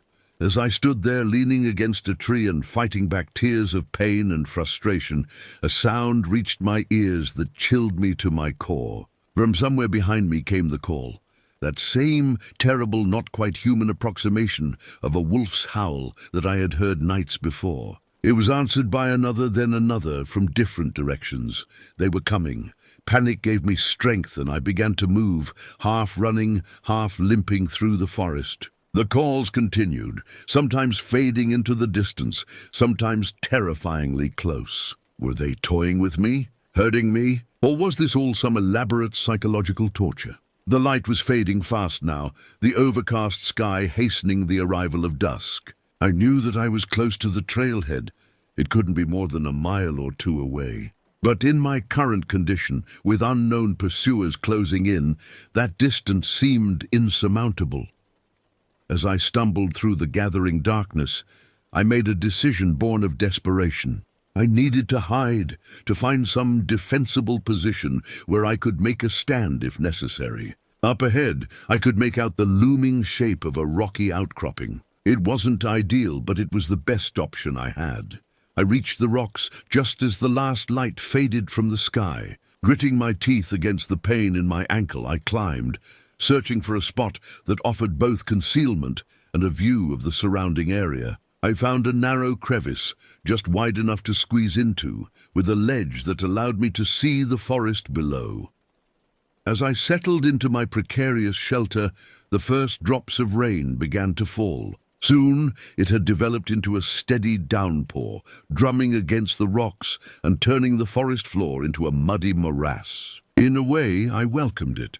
The rain would mask any sounds I might make and would make tracking more difficult. From my vantage point, I scanned the darkness below, straining my eyes for any sign of movement. The rain limited visibility, but occasionally, when lightning flashed overhead, I caught glimpses of the forest. And in those brief moments of illumination I saw them, figures moving with unnatural stealth through the trees, sometimes alone, sometimes in pairs. In the stuttering lightning, They seemed more shadow than substance, but there was no mistaking their purpose. They were searching, quartering the area with frightening efficiency.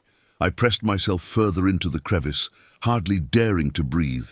They were so close now that I could occasionally hear voices over the sound of the rain, snatches of conversation in low, urgent tones. I couldn't make out the words, but the intent was clear. They were hunting, and I was their prey. As the night wore on, a new fear began to gnaw at me. I was trapped. There was no way for me to reach my vehicle without exposing myself. Even if I managed to slip past my pursuers in the darkness, my injured ankle would slow me down, make me vulnerable. The rain eventually slackened, then stopped altogether. In the eerie quiet that followed, I could hear them more clearly. They were calling to each other, voices drifting through the mist that had settled in the wake of the storm. Any sign? Nothing here. You? Wait, I think I saw something move up on those rocks. My heart nearly stopped.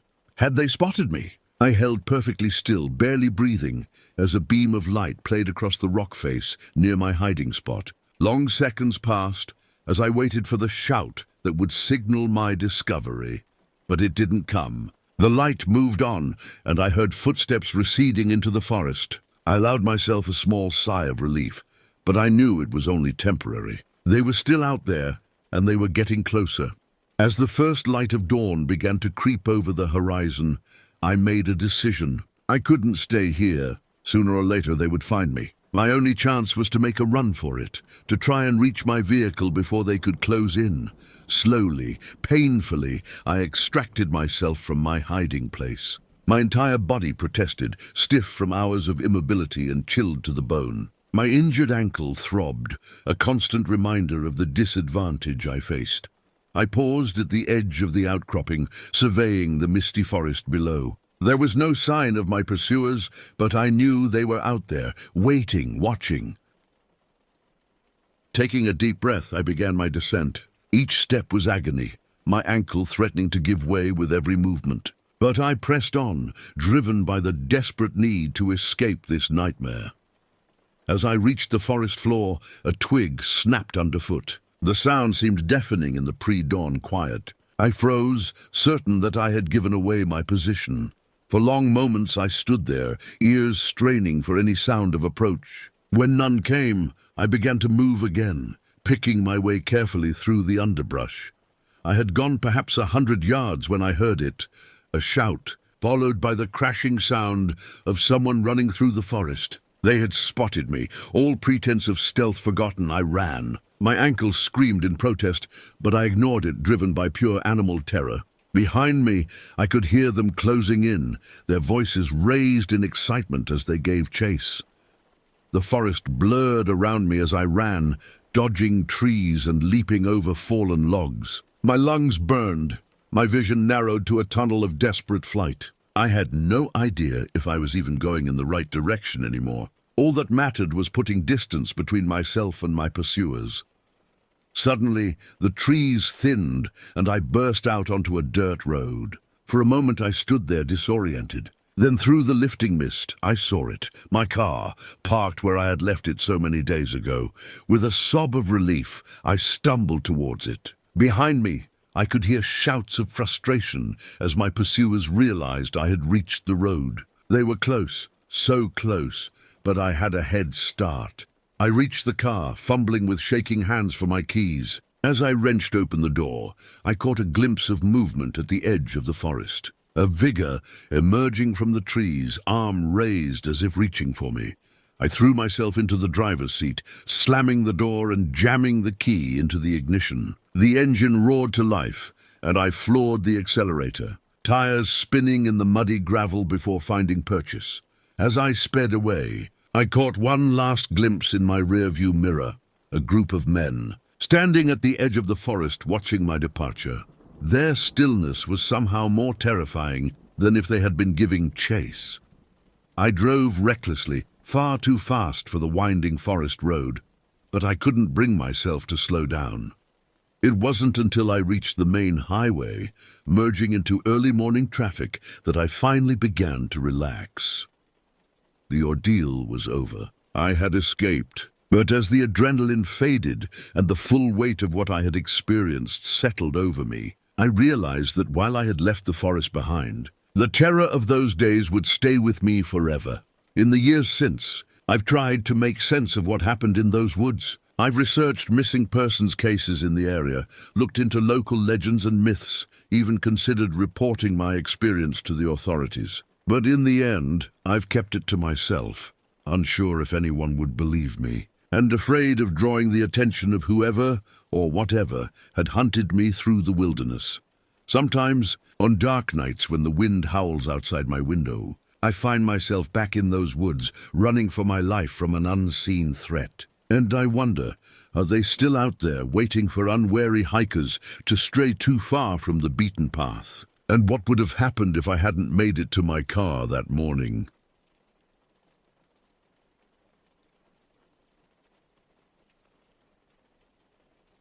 The crisp autumn air nipped at my face as I shouldered my heavy backpack, adjusting the straps one final time before setting off into the dense wilderness of Pisgah National Forest. It was September 15th, 2022, and I had been planning this solo backpacking trip for months. Well, not entirely solo. My loyal companion, a 5-year-old German shepherd named Ranger, stood eagerly at my side, tail wagging with anticipation. I glanced down at my watch, 8:15 a.m., perfect timing to start our trek. The weather forecast promised clear skies and mild temperatures, ideal conditions for a multi-day hiking adventure. As we left the nearly empty parking lot behind, I couldn't shake a faint sense of unease. The forest seemed to loom before us, ancient trees stretching their gnarled branches towards a pale sky. I shook off the feeling, chalking it up to pre-hike jitters. "Come on, boy," I called to Ranger, who bounded ahead on the narrow dirt path. "Let's see what's out there."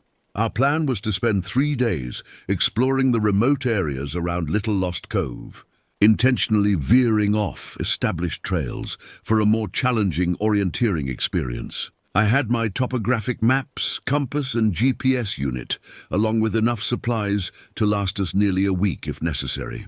Still, a nagging voice in the back of my mind whispered that perhaps I should have told someone exactly where we were going. I pushed the thought aside, focusing instead on the beauty of our surroundings. The first few hours passed uneventfully as we made our way deeper into the forest. Towering oaks and maples created a vibrant canopy overhead, their leaves just beginning to hint at the autumn colors to come. The air was thick with the earthy scent of decaying leaves and rich soil. Occasionally, we'd startle a deer or catch a glimpse of a hawk soaring above the treetops.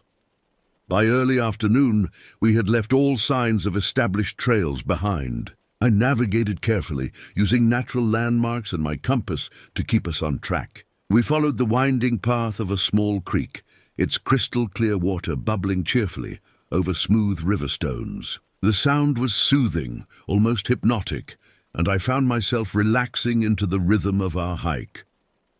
As the day wore on, however, I began to notice subtle changes in Ranger's behavior. He had always been an attentive, well-trained dog, but now he seemed unusually alert. His ears were constantly pricked forward, and he would frequently stop to sniff the air, his body tense. At first, I attributed it to the unfamiliar surroundings and the abundance of new scents. But as the hours passed, his agitation only seemed to grow. "What's got you so worked up, buddy?" I asked, pausing to scratch behind his ears. Ranger whined softly, pressing close against my leg. His dark eyes scanned the forest around us, and I felt a chill run down my spine, despite the warm afternoon sun. Something about his demeanor made me acutely aware of how isolated we were, how far from any hint of civilization. I checked my watch again, 5:30 p.m. The lengthening shadows reminded me that we needed to find a suitable campsite soon. As I studied my map, considering our options, Ranger suddenly let out a low growl. I froze, following his gaze into the dense underbrush to our left. For a heart-stopping moment, I thought I saw a flicker of movement, something large and dark slipping between the trees. But when I blinked and looked again, there was nothing but shadows and leaves stirring in the breeze. "It's okay, boy," I said, trying to keep my voice steady. Probably just a deer. But Ranger wasn't convinced, and truthfully, neither was I. As we resumed our hike, I found myself constantly glancing over my shoulder, unable to shake the feeling that we were being watched. The sun was sinking rapidly towards the horizon as we finally found a suitable clearing for our campsite. It was a small, relatively flat area, nestled between two massive boulders, with the creek gurgling nearby. Under normal circumstances, I would have been thrilled with such a picturesque spot. But as I began to set up our tent, I couldn't shake the growing sense of unease that had plagued me for the past few hours. Ranger paced restlessly around the perimeter of our camp, his nose to the ground and his tail held low. Every few minutes, he would stop and stare intently into the deepening gloom of the forest, letting out the occasional low whine. His behavior was starting to seriously unnerve me. "Come on, Ranger," I called, trying to keep my voice light. "Help me gather some firewood." But the dog ignored me, continuing his vigilant patrol. As I worked to establish our camp, my mind raced with possibilities. Could Ranger be sensing a bear in the area? A pack of coyotes? Neither explanation felt quite right. In all our previous backpacking trips, I had never seen him act quite like this. There was an urgency to his alertness that sent chills down my spine.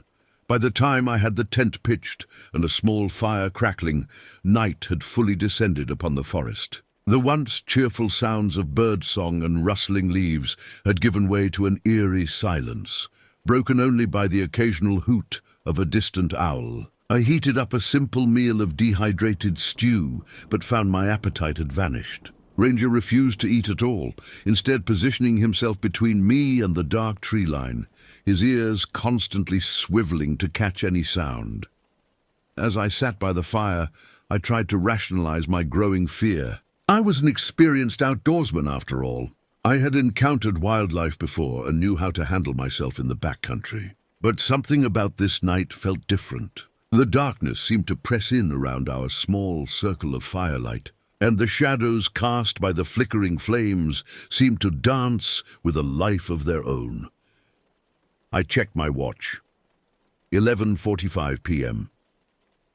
Despite my exhaustion from the day's hike, I knew sleep would be impossible. Ranger's tension was infectious, and I found myself straining to hear any sound that might explain his behavior. The forest remained stubbornly, unnaturally quiet. And then, at precisely midnight, everything changed. It started as a prickling sensation on the back of my neck, an overwhelming feeling of being watched. I sat up straighter, my hand instinctively reaching for the hunting knife at my belt. Ranger let out a low, rumbling growl, a sound I had never heard him make before. I slowly turned my head, scanning the tree line. The firelight didn't penetrate far into the inky blackness, and for a moment I saw nothing. Then a flicker of movement caught my eye. I fumbled for my flashlight, my hands shaking as I flicked it on and aimed the beam towards the disturbance. For a split second, I caught a glimpse of something that made my heart stutter in my chest. A large, sleek form on all fours, just at the edge of the light. But it was the tail, long, thick, and unmistakable, that sent a jolt of primal fear through my body. It was a tail that, according to every wildlife expert and official report, should not exist in the southern Appalachians. The beam of my flashlight swept wildly as the creature darted away, but not before I caught sight of its eyes. Two glowing yellow orbs that seemed to burn with an otherworldly intelligence. They fixed on me for just a moment, but in that instant, I felt like prey being sized up by a predator far more cunning and dangerous than I had ever encountered. In that moment, something inside me snapped. Fear gave way to a surge of adrenaline-fueled rage. Without fully realizing what I was doing, I leapt to my feet, grabbing the small tomahawk I kept with my gear. With a primal yell that tore from my throat, I charged up the hillside towards where I had seen the creature, Ranger bounding at my heels. "Get out of here!" I screamed, my voice echoing through the silent forest. "This is our territory." I swung the tomahawk wildly, more as a show of force than with any real intention of using it. The sound of crashing underbrush told me the watcher had fled. But I didn't slow my charge until I had reached the spot where I had first seen it. My chest heaved as I stood there, tomahawk still raised, peering into the impenetrable darkness beyond. Slowly, the red haze of adrenaline began to fade, replaced by a bone-deep terror as I realized the full implications of what I had seen. I stumbled back to camp, Ranger pressed close to my side. Neither of us slept that night. We sat, huddled by the fire until the first grey light of dawn began to seep through the trees, jumping at every snapping twig or rustle of leaves. As the new day broke, I knew one thing with absolute certainty. We needed to get out of these woods as quickly as possible. But little did I know, our ordeal was far from over. The pale light of dawn found us already breaking camp, our movements hurried and clumsy with exhaustion and lingering fear. I'd barely slept, spending the night with my back against a boulder, Ranger's warm body pressed against my side, both of us staring wide-eyed into the surrounding darkness. Every shadow had seemed to move, every sound amplified in the unnatural silence of the forest. As I rolled up our tent with shaking hands, I tried to make sense of what I had seen the night before. My rational mind argued that it must have been a bobcat or perhaps a large coyote, the poor lighting and my own fear distorting its size and shape. But I couldn't shake the image of those glowing yellow eyes, the unmistakable outline of that long, thick tail.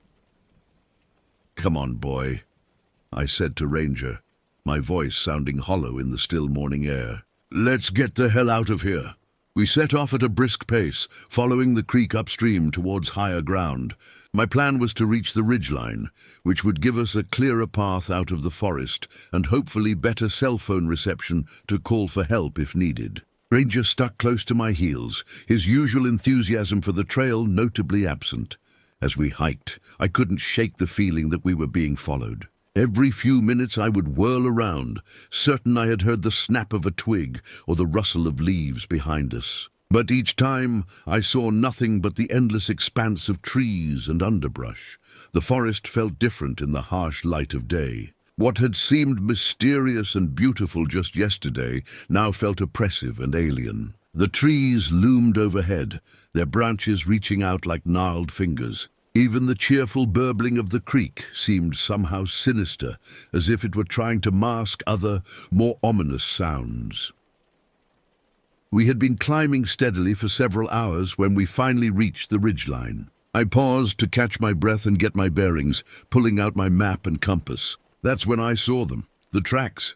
At first, I thought my eyes were playing tricks on me. The ridge was covered in a thin layer of mud from recent rains, and there, clearly visible, was a series of large paw prints. My breath caught in my throat as I knelt down to examine them more closely.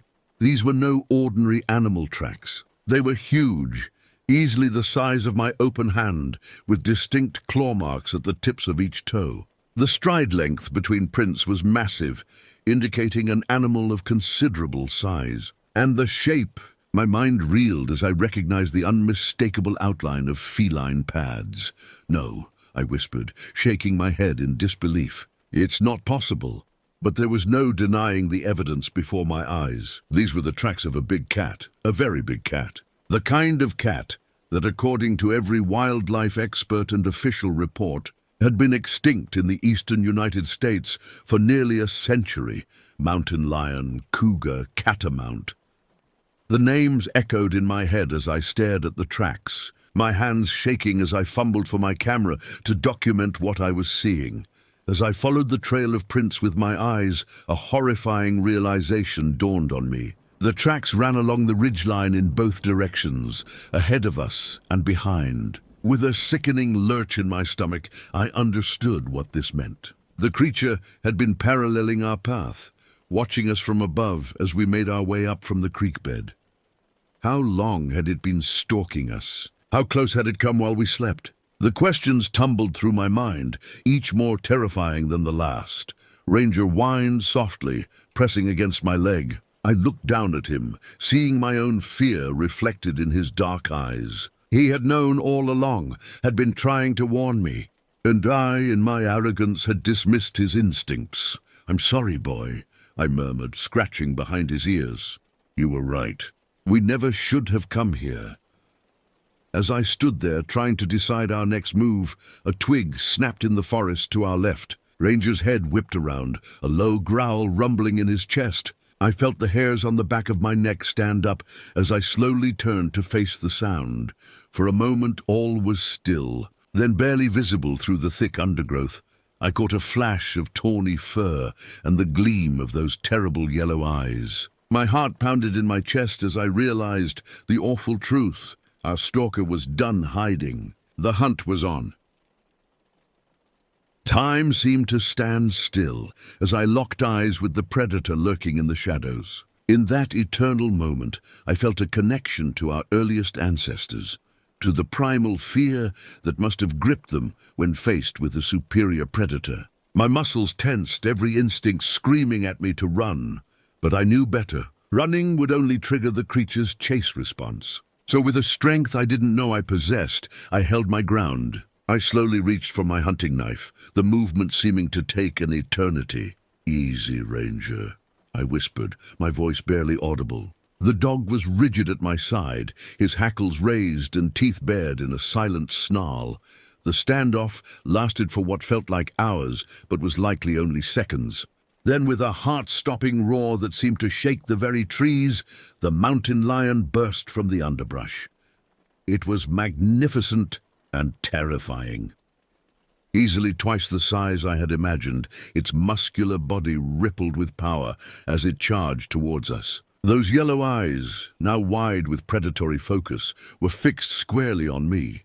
In that moment, survival instinct took over. I grabbed a thick branch from the ground and swung it wildly in front of me, yelling at the top of my lungs. Ranger exploded into action, his deep bark echoing through the forest, as he placed himself between me and the oncoming threat. The combination of noise and aggressive display seemed to give the big cat pause. It skidded to a halt just yards away, its tail lashing back and forth as it reassessed the situation. I could see its sides heaving, smell the musky odor of its fur. Every detail burned itself into my memory. The tawny coat dappled with shadows, the massive paws that could easily crush a man's skull, the gleam of razor-sharp teeth as it snarled. For a breathless moment, we were frozen in a tableau of predator and prey. Then, with a grace that belied its size, the mountain lion melted back into the forest. But I knew this was far from over. It was merely regrouping, perhaps waiting for a more opportune moment to strike. "We have to move," I said to Ranger, my voice shaking. "Now!" We set off at a grueling pace, no longer following any semblance of a trail. I crashed through the underbrush, my only goal to put as much distance between us and the big cat as possible. Ranger loped alongside me, constantly alert, his ears swiveling to catch any sound of pursuit. As we ran, my mind raced even faster than my feet. How was this possible? Mountain lions had been declared extinct in the eastern United States decades ago. The last confirmed sighting in North Carolina had been in the late 1800s. And yet, here was undeniable proof that at least one had survived, hidden away in the vast wilderness of the Appalachians. But I had little time to ponder this scientific impossibility. Every snapping twig, every rustle of leaves sent a fresh surge of adrenaline through my body. I knew the cat was out there, watching, waiting for us to tire or make a mistake. We had been running for what felt like hours when disaster struck. As we scrambled down a steep, rocky slope, my foot caught on an exposed root. I felt a sickening pop in my ankle as I went down hard, tumbling painfully over rocks and fallen branches before coming to a stop at the bottom of the hill.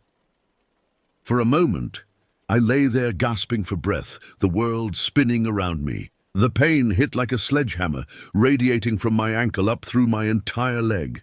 I bit back a scream, knowing that any loud noise could attract unwanted attention. Ranger was at my side in an instant, whining softly and licking my face. "I'm okay, boy," I gasped, though we both knew it was a lie.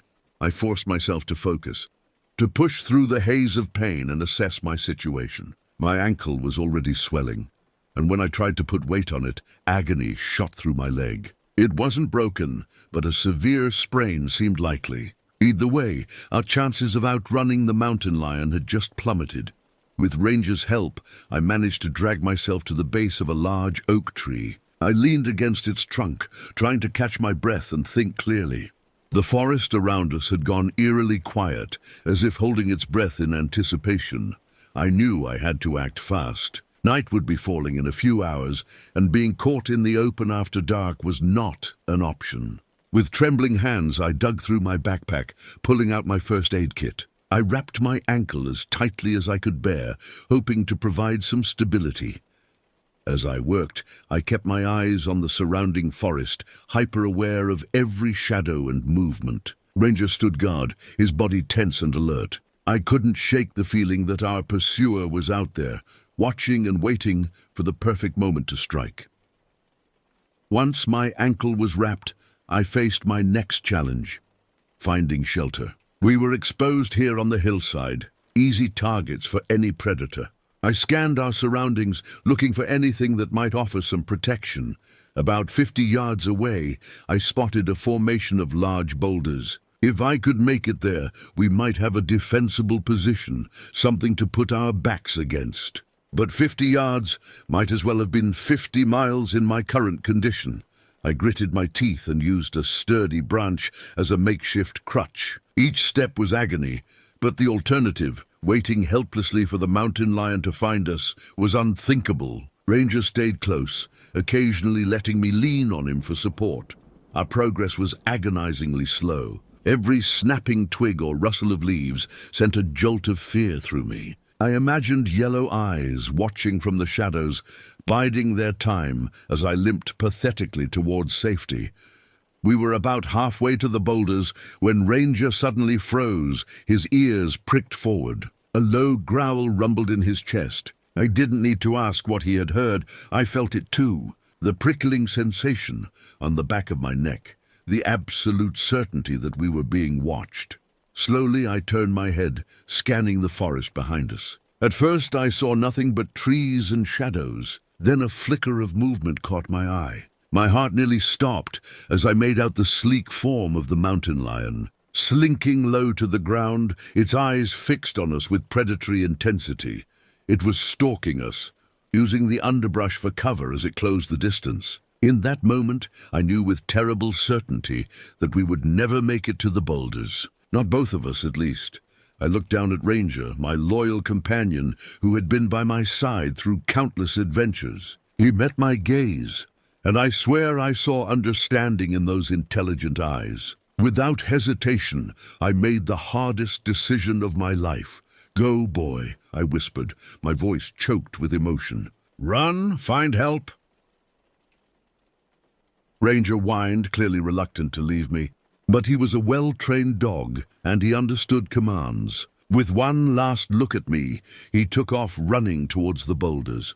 The mountain lion, momentarily confused by the split of its prey, hesitated. It was the opening I needed. Summoning every ounce of strength I had left, I let out a bellowing yell and hurled my backpack directly at the big cat.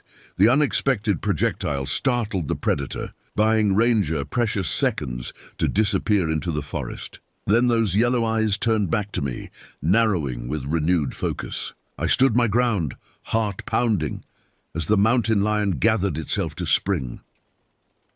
As the last rays of sunlight faded from the sky, I faced the very real possibility that I might not live to see another dawn. But I had given Ranger a chance, and that would have to be enough. I raised my makeshift crutch like a club, prepared to fight to my last breath. The forest held its breath, and the dance of predator and prey reached its deadly climax. The mountain lion's muscles bunched, preparing to launch itself at me. Time seemed to slow, each heartbeat stretching into eternity. In those final moments, a strange calm washed over me. If this was to be my end, I would meet it head-on. Just as the big cat tensed to spring, a chorus of howls erupted from the forest behind me. The mountain lion's ears flattened against its head, its gaze darting past me towards the source of the sound. For a split second, uncertainty flickered in those yellow eyes. It was all the opening I needed. With a desperate surge of adrenaline, I swung my improvised club with all my might. The branch connected solidly with the side of the cat's head just as it began its leap. The impact threw off its trajectory, sending it crashing into the underbrush beside me. I didn't wait to see if it would recover. Ignoring the screaming pain in my ankle, I half ran, half crawled towards the boulder formation where I had sent Ranger. Behind me, I could hear the mountain lion thrashing in the bushes, letting out a furious roar that chilled me to my core. The howls grew louder, closer. In my pain and terror-addled state, I couldn't tell if they were wolves, coyotes, or perhaps even domesticated dogs. All I knew was that they had inadvertently saved my life, and I silently thanked whatever forces had brought them here at this moment. I reached the boulders just as full darkness descended on the forest. Gasping for breath, I wedged myself into a narrow crevice between two massive rocks. It was a tight fit, but it offered some protection on three sides. I fumbled in my pockets for my flashlight and knife, my only remaining defenses. For hours, I huddled in that cramped space, every muscle tense, straining to hear any sound of approach over the pounding of my own heart. The chorus of howls had faded into the distance, leaving behind an oppressive silence, broken only by the occasional hoot of an owl or rustle of wind through the trees. My ankle throbbed relentlessly, and I knew I was going into shock. I fought to stay conscious, knowing that to pass out here would mean certain death. I thought of Ranger, hoping against hope that he had made it to safety, that perhaps he might somehow lead rescuers to me. As the night wore on, exhaustion began to overtake fear. My eyelids grew heavy, my thoughts muzzy. I pinched myself, slapped my face, anything to stay awake. But I was fighting a losing battle against my body's desperate need for rest. Just as I felt myself starting to drift off, a sound snapped me back to full alertness. Soft footfalls, barely audible, approaching my hiding place. My hand tightened on the knife as I peered out into the darkness. Two glowing eyes appeared at the entrance to my crevice, and my heart nearly stopped. But they were too low to the ground, too close together to be the mountain lion. A familiar whine reached my ears, and I nearly wept with relief. "Ranger," I whispered. "Good boy. Come here." The dog squeezed into the narrow space with me, pressing his warm body against mine. I buried my face in his fur, overwhelmed with gratitude and love for this loyal creature who had returned despite the danger. But our reunion was short-lived. A low, rumbling growl echoed through the night, far too close for comfort. Ranger's body went rigid, an answering growl vibrating in his chest. The mountain lion had found us. I could hear it pacing outside our shelter, its claws scraping against rock as it searched for a way to reach us. Every few minutes, it would let out a bone-chilling roar of frustration, the sound reverberating through the boulders. All through that endless night, we huddled together in our meager shelter. Ranger kept up a constant low growl, warning the predator away. I clutched my knife, knowing it would be little defense against those powerful jaws and claws, but determined to go down fighting if it came to that. As the first faint light of dawn began to seep into the sky, the sounds of the mountain lion grew more distant. It seemed to be moving away, perhaps giving up on its difficult prey or seeking easier pickings elsewhere.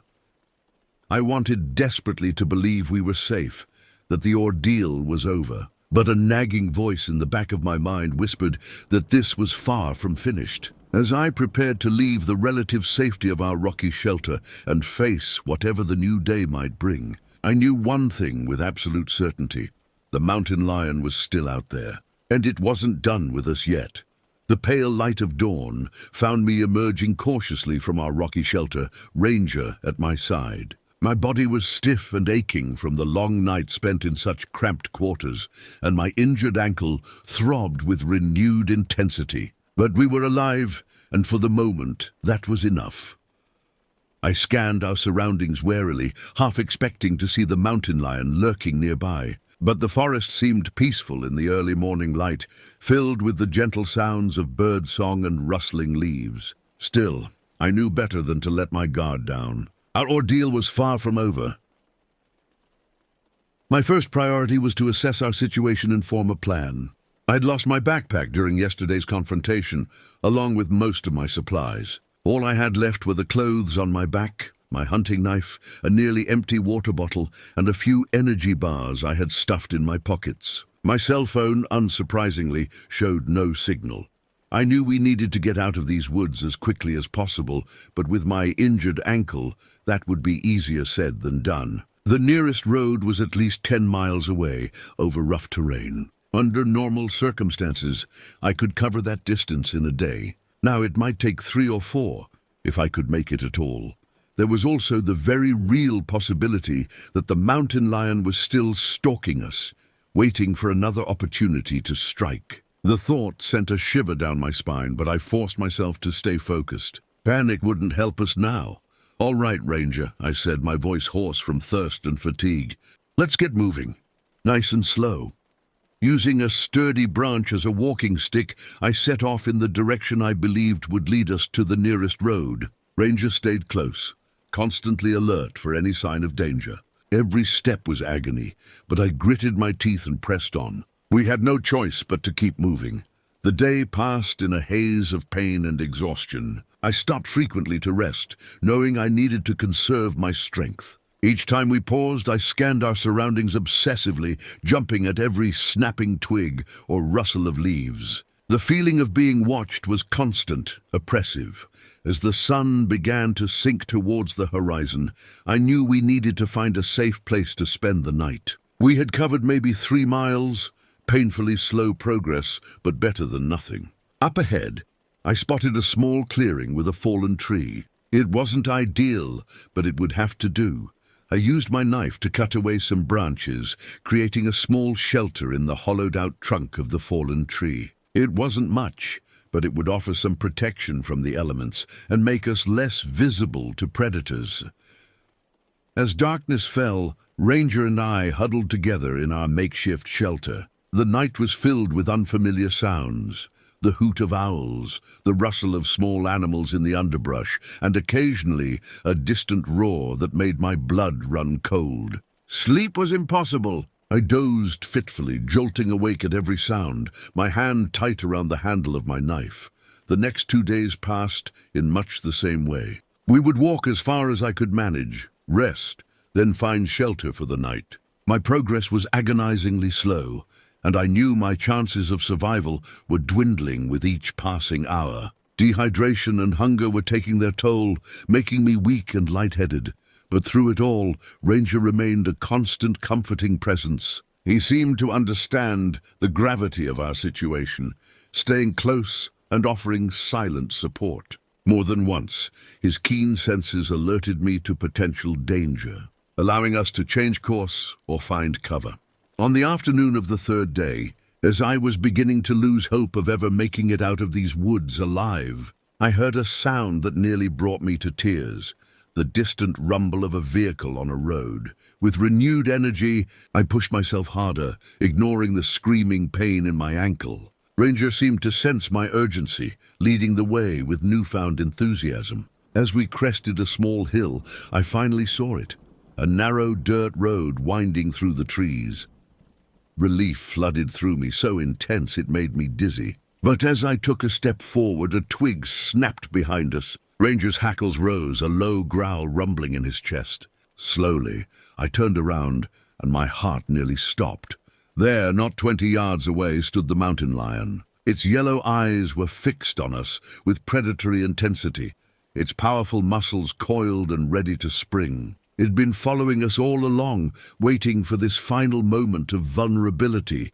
As I stood there, exhausted and injured, facing down this apex predator, I realized that our journey wasn't over yet. The road was tantalizingly close, but to reach it, we would have to get past this final deadly obstacle. The ultimate test of survival was upon us, and I knew that the next few moments would determine whether we lived to tell this tale, or became just another mysterious disappearance in the vast wilderness of the Appalachian Mountains. Time seemed to stand still as I faced down the mountain lion. Every instinct screamed at me to run, to make a desperate dash for the road that lay so tantalizingly close. But I knew that any sudden movement would trigger the big cat's predatory response. Our only hope lay in standing our ground. Ranger pressed against my leg, a low, continuous growl rumbling from his chest. I could feel the tension in his body, knew that he was ready to launch himself at the mountain lion to protect me. The thought nearly broke my heart. My loyal companion, willing to sacrifice himself without hesitation. "Easy, boy," I murmured, resting my hand on his head. "We're in this together." Slowly, carefully, I bent down and picked up a large branch from the forest floor. It wasn't much of a weapon, but it was all I had. I raised it in front of me, trying to make myself appear larger and more threatening. The mountain lion's ears flattened against its skull, its tail lashing back and forth as it assessed the situation. I could see the hunger in its eyes, the desperation of a predator that had been denied its prey for too long. But there was also a wariness there, a recognition that we weren't going down without a fight. For what felt like an eternity, we remained locked in this deadly standoff. My arms trembled with the effort of holding the branch aloft, my injured ankles screaming in protest. Sweat trickled down my face, stinging my eyes, but I didn't dare move to wipe it away. Then, with a heart-stopping roar, the mountain lion charged. Everything happened in a blur of motion and sound. Ranger lunged forward, meeting the big cat's charge head-on. I swung my makeshift club with all my might, connecting solidly with the mountain lion's shoulder. The impact sent shockwaves up my arms, nearly causing me to lose my grip on the branch. The mountain lion let out a yowl of pain and fury, momentarily thrown off balance. But it recovered quickly, those deadly claws slashing out and catching Ranger across the flank. My loyal dog yelped in pain, but didn't back down, snapping and snarling as he harried the much larger predator. I struck out again and again with my branch, aiming for the mountain lion's head and legs. Trying to keep it off balance, blood roared in my ears, my vision narrowing to tunnel focus on the life or death struggle before me. I was only vaguely aware of my own voice, shouting and cursing as I fought with every ounce of strength I had left. In the chaos of the fight, I stumbled, my injured ankle giving way beneath me. I crashed to the ground, the impact knocking the wind from my lungs. The mountain lion, seeing its opportunity, lunged for my exposed throat. Time seemed to slow. I saw those terrible jaws coming towards me, knew with sickening certainty that this was the end. But then Ranger was there, throwing himself bodily between me and certain death. Dog and cat became a whirling mass of fur and fangs, snarls and screams echoing through the forest. I scrambled to my feet, desperation lending me strength I didn't know I possessed. Grabbing my fallen branch, I swung it with all my might at the mountain lion's head. The impact made a sickening thud, and the big cat staggered, momentarily dazed. Seizing our chance, I shouted to Ranger, "Run!" to the road. We took off at a dead sprint, ignoring the searing pain in my ankle. I could hear the mountain lion recovering behind us, its enraged roar spurring us on. The road seemed impossibly far away, but we pushed ourselves to our absolute limits. Just as we burst out of the tree line onto the dirt road, I heard the screech of tires. A pickup truck came to a screeching halt mere feet from us. The driver, an older man with a weathered face, took in the scene with wide eyes. "Get in!" he yelled, throwing open the passenger door. I didn't need to be told twice. I practically threw Ranger into the cab before scrambling in myself, slamming the door shut just as the mountain lion emerged from the forest. The driver floored the accelerator, and we tore down the road in a cloud of dust. In the side mirror, I caught one last glimpse of the mountain lion standing in the middle of the road, its yellow eyes gleaming with frustrated hunger. As the adrenaline began to fade, the full weight of our ordeal crashed over me. I slumped in the seat, my whole body shaking. Ranger whined softly and licked my face, his own injuries seemingly forgotten in his concern for me. "You folks all right?" the driver asked, glancing at us with concern. "What in tarnation happened to you?" I opened my mouth to respond, but found I didn't have the words to explain. How could I describe the terror of the past few days? The primal fear of being hunted, the desperate fight for survival. "You wouldn't believe me if I told you," I finally managed to say. The driver nodded slowly, seeming to sense the gravity of what we'd been through. "Well, I'm taking you straight to the hospital in town. You both look like you could use some serious medical attention." As we drove away from the forest that had nearly claimed our lives, I hugged Ranger close, overwhelmed with gratitude for my loyal companion. We had faced unimaginable danger together and somehow made it out alive. I knew that the memory of those glowing yellow eyes would haunt my dreams for years to come. But I also knew that I would never take a single day for granted again. We had stared death in the face and survived, and that was a gift beyond measure. As the first buildings of civilization came into view, I felt a profound sense of relief wash over me. Our long nightmare was finally over. Whatever challenges lay ahead, I knew we could face them. After all, we had already survived the impossible.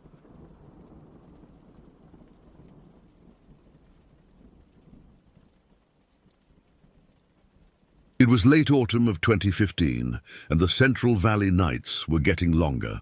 At 17, I was struggling through advanced calculus, barely keeping my head above water in Mrs. Reeves' class. That's how I found myself sitting across from Benjamin Chen at 10 p.m. on a Tuesday night, desperately trying to understand derivatives while my parents slept upstairs. "Look," Ben said, tapping his pencil against my textbook, "you're overthinking it. Let's go to my place. I've got better study materials there and we won't have to whisper." I hesitated. Ben lived out past the city limits, where the streetlights ended and the agricultural heart of California took over. But I was failing calculus, and Ben had offered to help. I grabbed my keys, then paused. The exhaustion from a full day of classes was hitting me hard. "Would you mind driving?" "I'm beat." Ben nodded, catching the keys as I tossed them. We slipped out into the night, the cold air shocking my system awake. My 2008 Honda Civic chirped as I unlocked it, and we settled in, Ben behind the wheel, me riding shotgun, and my then-girlfriend May in the back, already absorbed in her phone's blue glow. The city fell away quickly once we hit the county road. Clusters of sodium lights marked the scattered ranches and processing plants. The almond orchards stretched endlessly on either side, their branches reaching up like grasping fingers against the starlit sky. My mind wandered as Ben navigated the empty roads. The cattle ranches were coming up. You could smell them before you saw them, that distinctive livestock musk cutting through the crisp night air. Their security lights cast pools of harsh illumination across the pastures. That's when I saw it. At first, my tired brain couldn't process what my eyes were registering. In the floodlit field to our right, something was moving wrong. A massive shape, bovine in its general outline, but hideously distorted. It was running not on 4 legs but on 2. Its back legs had somehow elongated, joints bent at impossible angles as it loped across the field with a terrible grace that made my stomach turn. I leaned forward, pressing my hands against the dashboard. The thing's head swung toward our passing car, and I saw its eyes, twin points of crimson that seemed to bore straight through the glass and into my skull. They weren't just glowing, they were pulsing with an internal light that spoke of something utterly alien. The creature pivoted, those unnatural legs carrying it directly toward our vehicle with impossible speed. I opened my mouth to scream, but no sound came out. Then, just as it seemed about to impact the passenger side, it simply ceased to exist. Like a candle being snuffed out, it vanished between one heartbeat and the next. The silence in the car was deafening. I slowly turned to Ben, whose knuckles were white on the steering wheel. His face had gone ashen. I swallowed hard, trying to find my voice. "Did you see a bull running on 2 legs?" Ben's voice was barely a whisper. "With red eyes?" Then it just disappeared. I nodded mutely. "Yeah," he said. "Yeah, I saw it." From the back seat, May looked up from her phone. "What are you guys talking about?" Neither of us answered immediately. How could we explain what we'd just witnessed? It defied rational explanation, violated everything we understood about reality. The rest of the drive passed in tense silence, both Ben and I scanning the darkness beyond the headlights, dreading and hoping to see it again. The thing about experiencing something truly inexplicable is how it changes you. In the days that followed, I found myself obsessing over every detail of that night. I sketched what I remembered in my notebooks instead of taking notes in class. I researched local folklore, cattle mutilations, and unexplained phenomena until my eyes burned from staring at the computer screen. Ben and I talked about it occasionally, but only when we were alone. There was an unspoken agreement that others wouldn't understand, or worse, would try to explain it away with rational explanations that we knew couldn't account for what we'd seen. The weeks turned into months, and eventually years. I graduated high school, started college, moved on with my life. But I never forgot that night, and sometimes, when I drove past cattle ranches at night, I found myself scanning the fields, both dreading and hoping to catch another glimpse of that impossible creature. It was 6 years later when the past came rushing back. I was working at a tech startup in Sacramento, and one morning I overheard a conversation that made my blood freeze in my veins. Two colleagues were talking in hushed tones by the coffee machine. One of them, Trevor, looked shaken. He was describing something he'd seen the previous night while driving home along the same stretch of road where Ben and I had our encounter. It was like a bull, he was saying, but it was running on its back legs, like a person. And its eyes... He shook his head, unable to continue. I approached them slowly, my coffee forgotten in my hand. Were they red? I asked. Did they glow? Trevor's head snapped up, his eyes wide. You've seen it? That conversation with Trevor sparked something in me. I began researching in earnest, creating a digital archive of similar sightings. They were rare, but they existed. Scattered reports across California's agricultural regions of something that seemed to blur the line between cattle and human. Some accounts dated back to the Spanish colonial period, with missionaries documenting stories from Native American tribes about spirits that could take the form of cattle, but never quite got the details right. Other reports came from ranch hands, truckers and farmers, practical people who had no reason to fabricate such bizarre encounters. The pattern that emerged was fascinating and terrifying. The sightings often occurred in areas with both cattle ranches and orchards, always at night, and frequently near the boundaries between cultivated and wild lands. It was as if the creature inhabited the liminal spaces between the natural and manufactured world. The more I researched, the more theories I encountered. Some suggested it was a Wendigo, though we were far from the creature's traditional territory. Others pointed to Skinwalker legends, but again, we were outside their usual geographic range. I found academic papers discussing mass hallucination, shared psychosis, and the effects of agricultural chemicals on human perception. But none of these explanations satisfied me. They couldn't account for the consistency of the sightings across time and witnesses, or the specific details that matched my own experience exactly. What haunted me most was the creature's disappearance, that instant transition from existence to nothingness. It suggested something beyond our understanding of physical reality, perhaps even beyond our dimension of existence.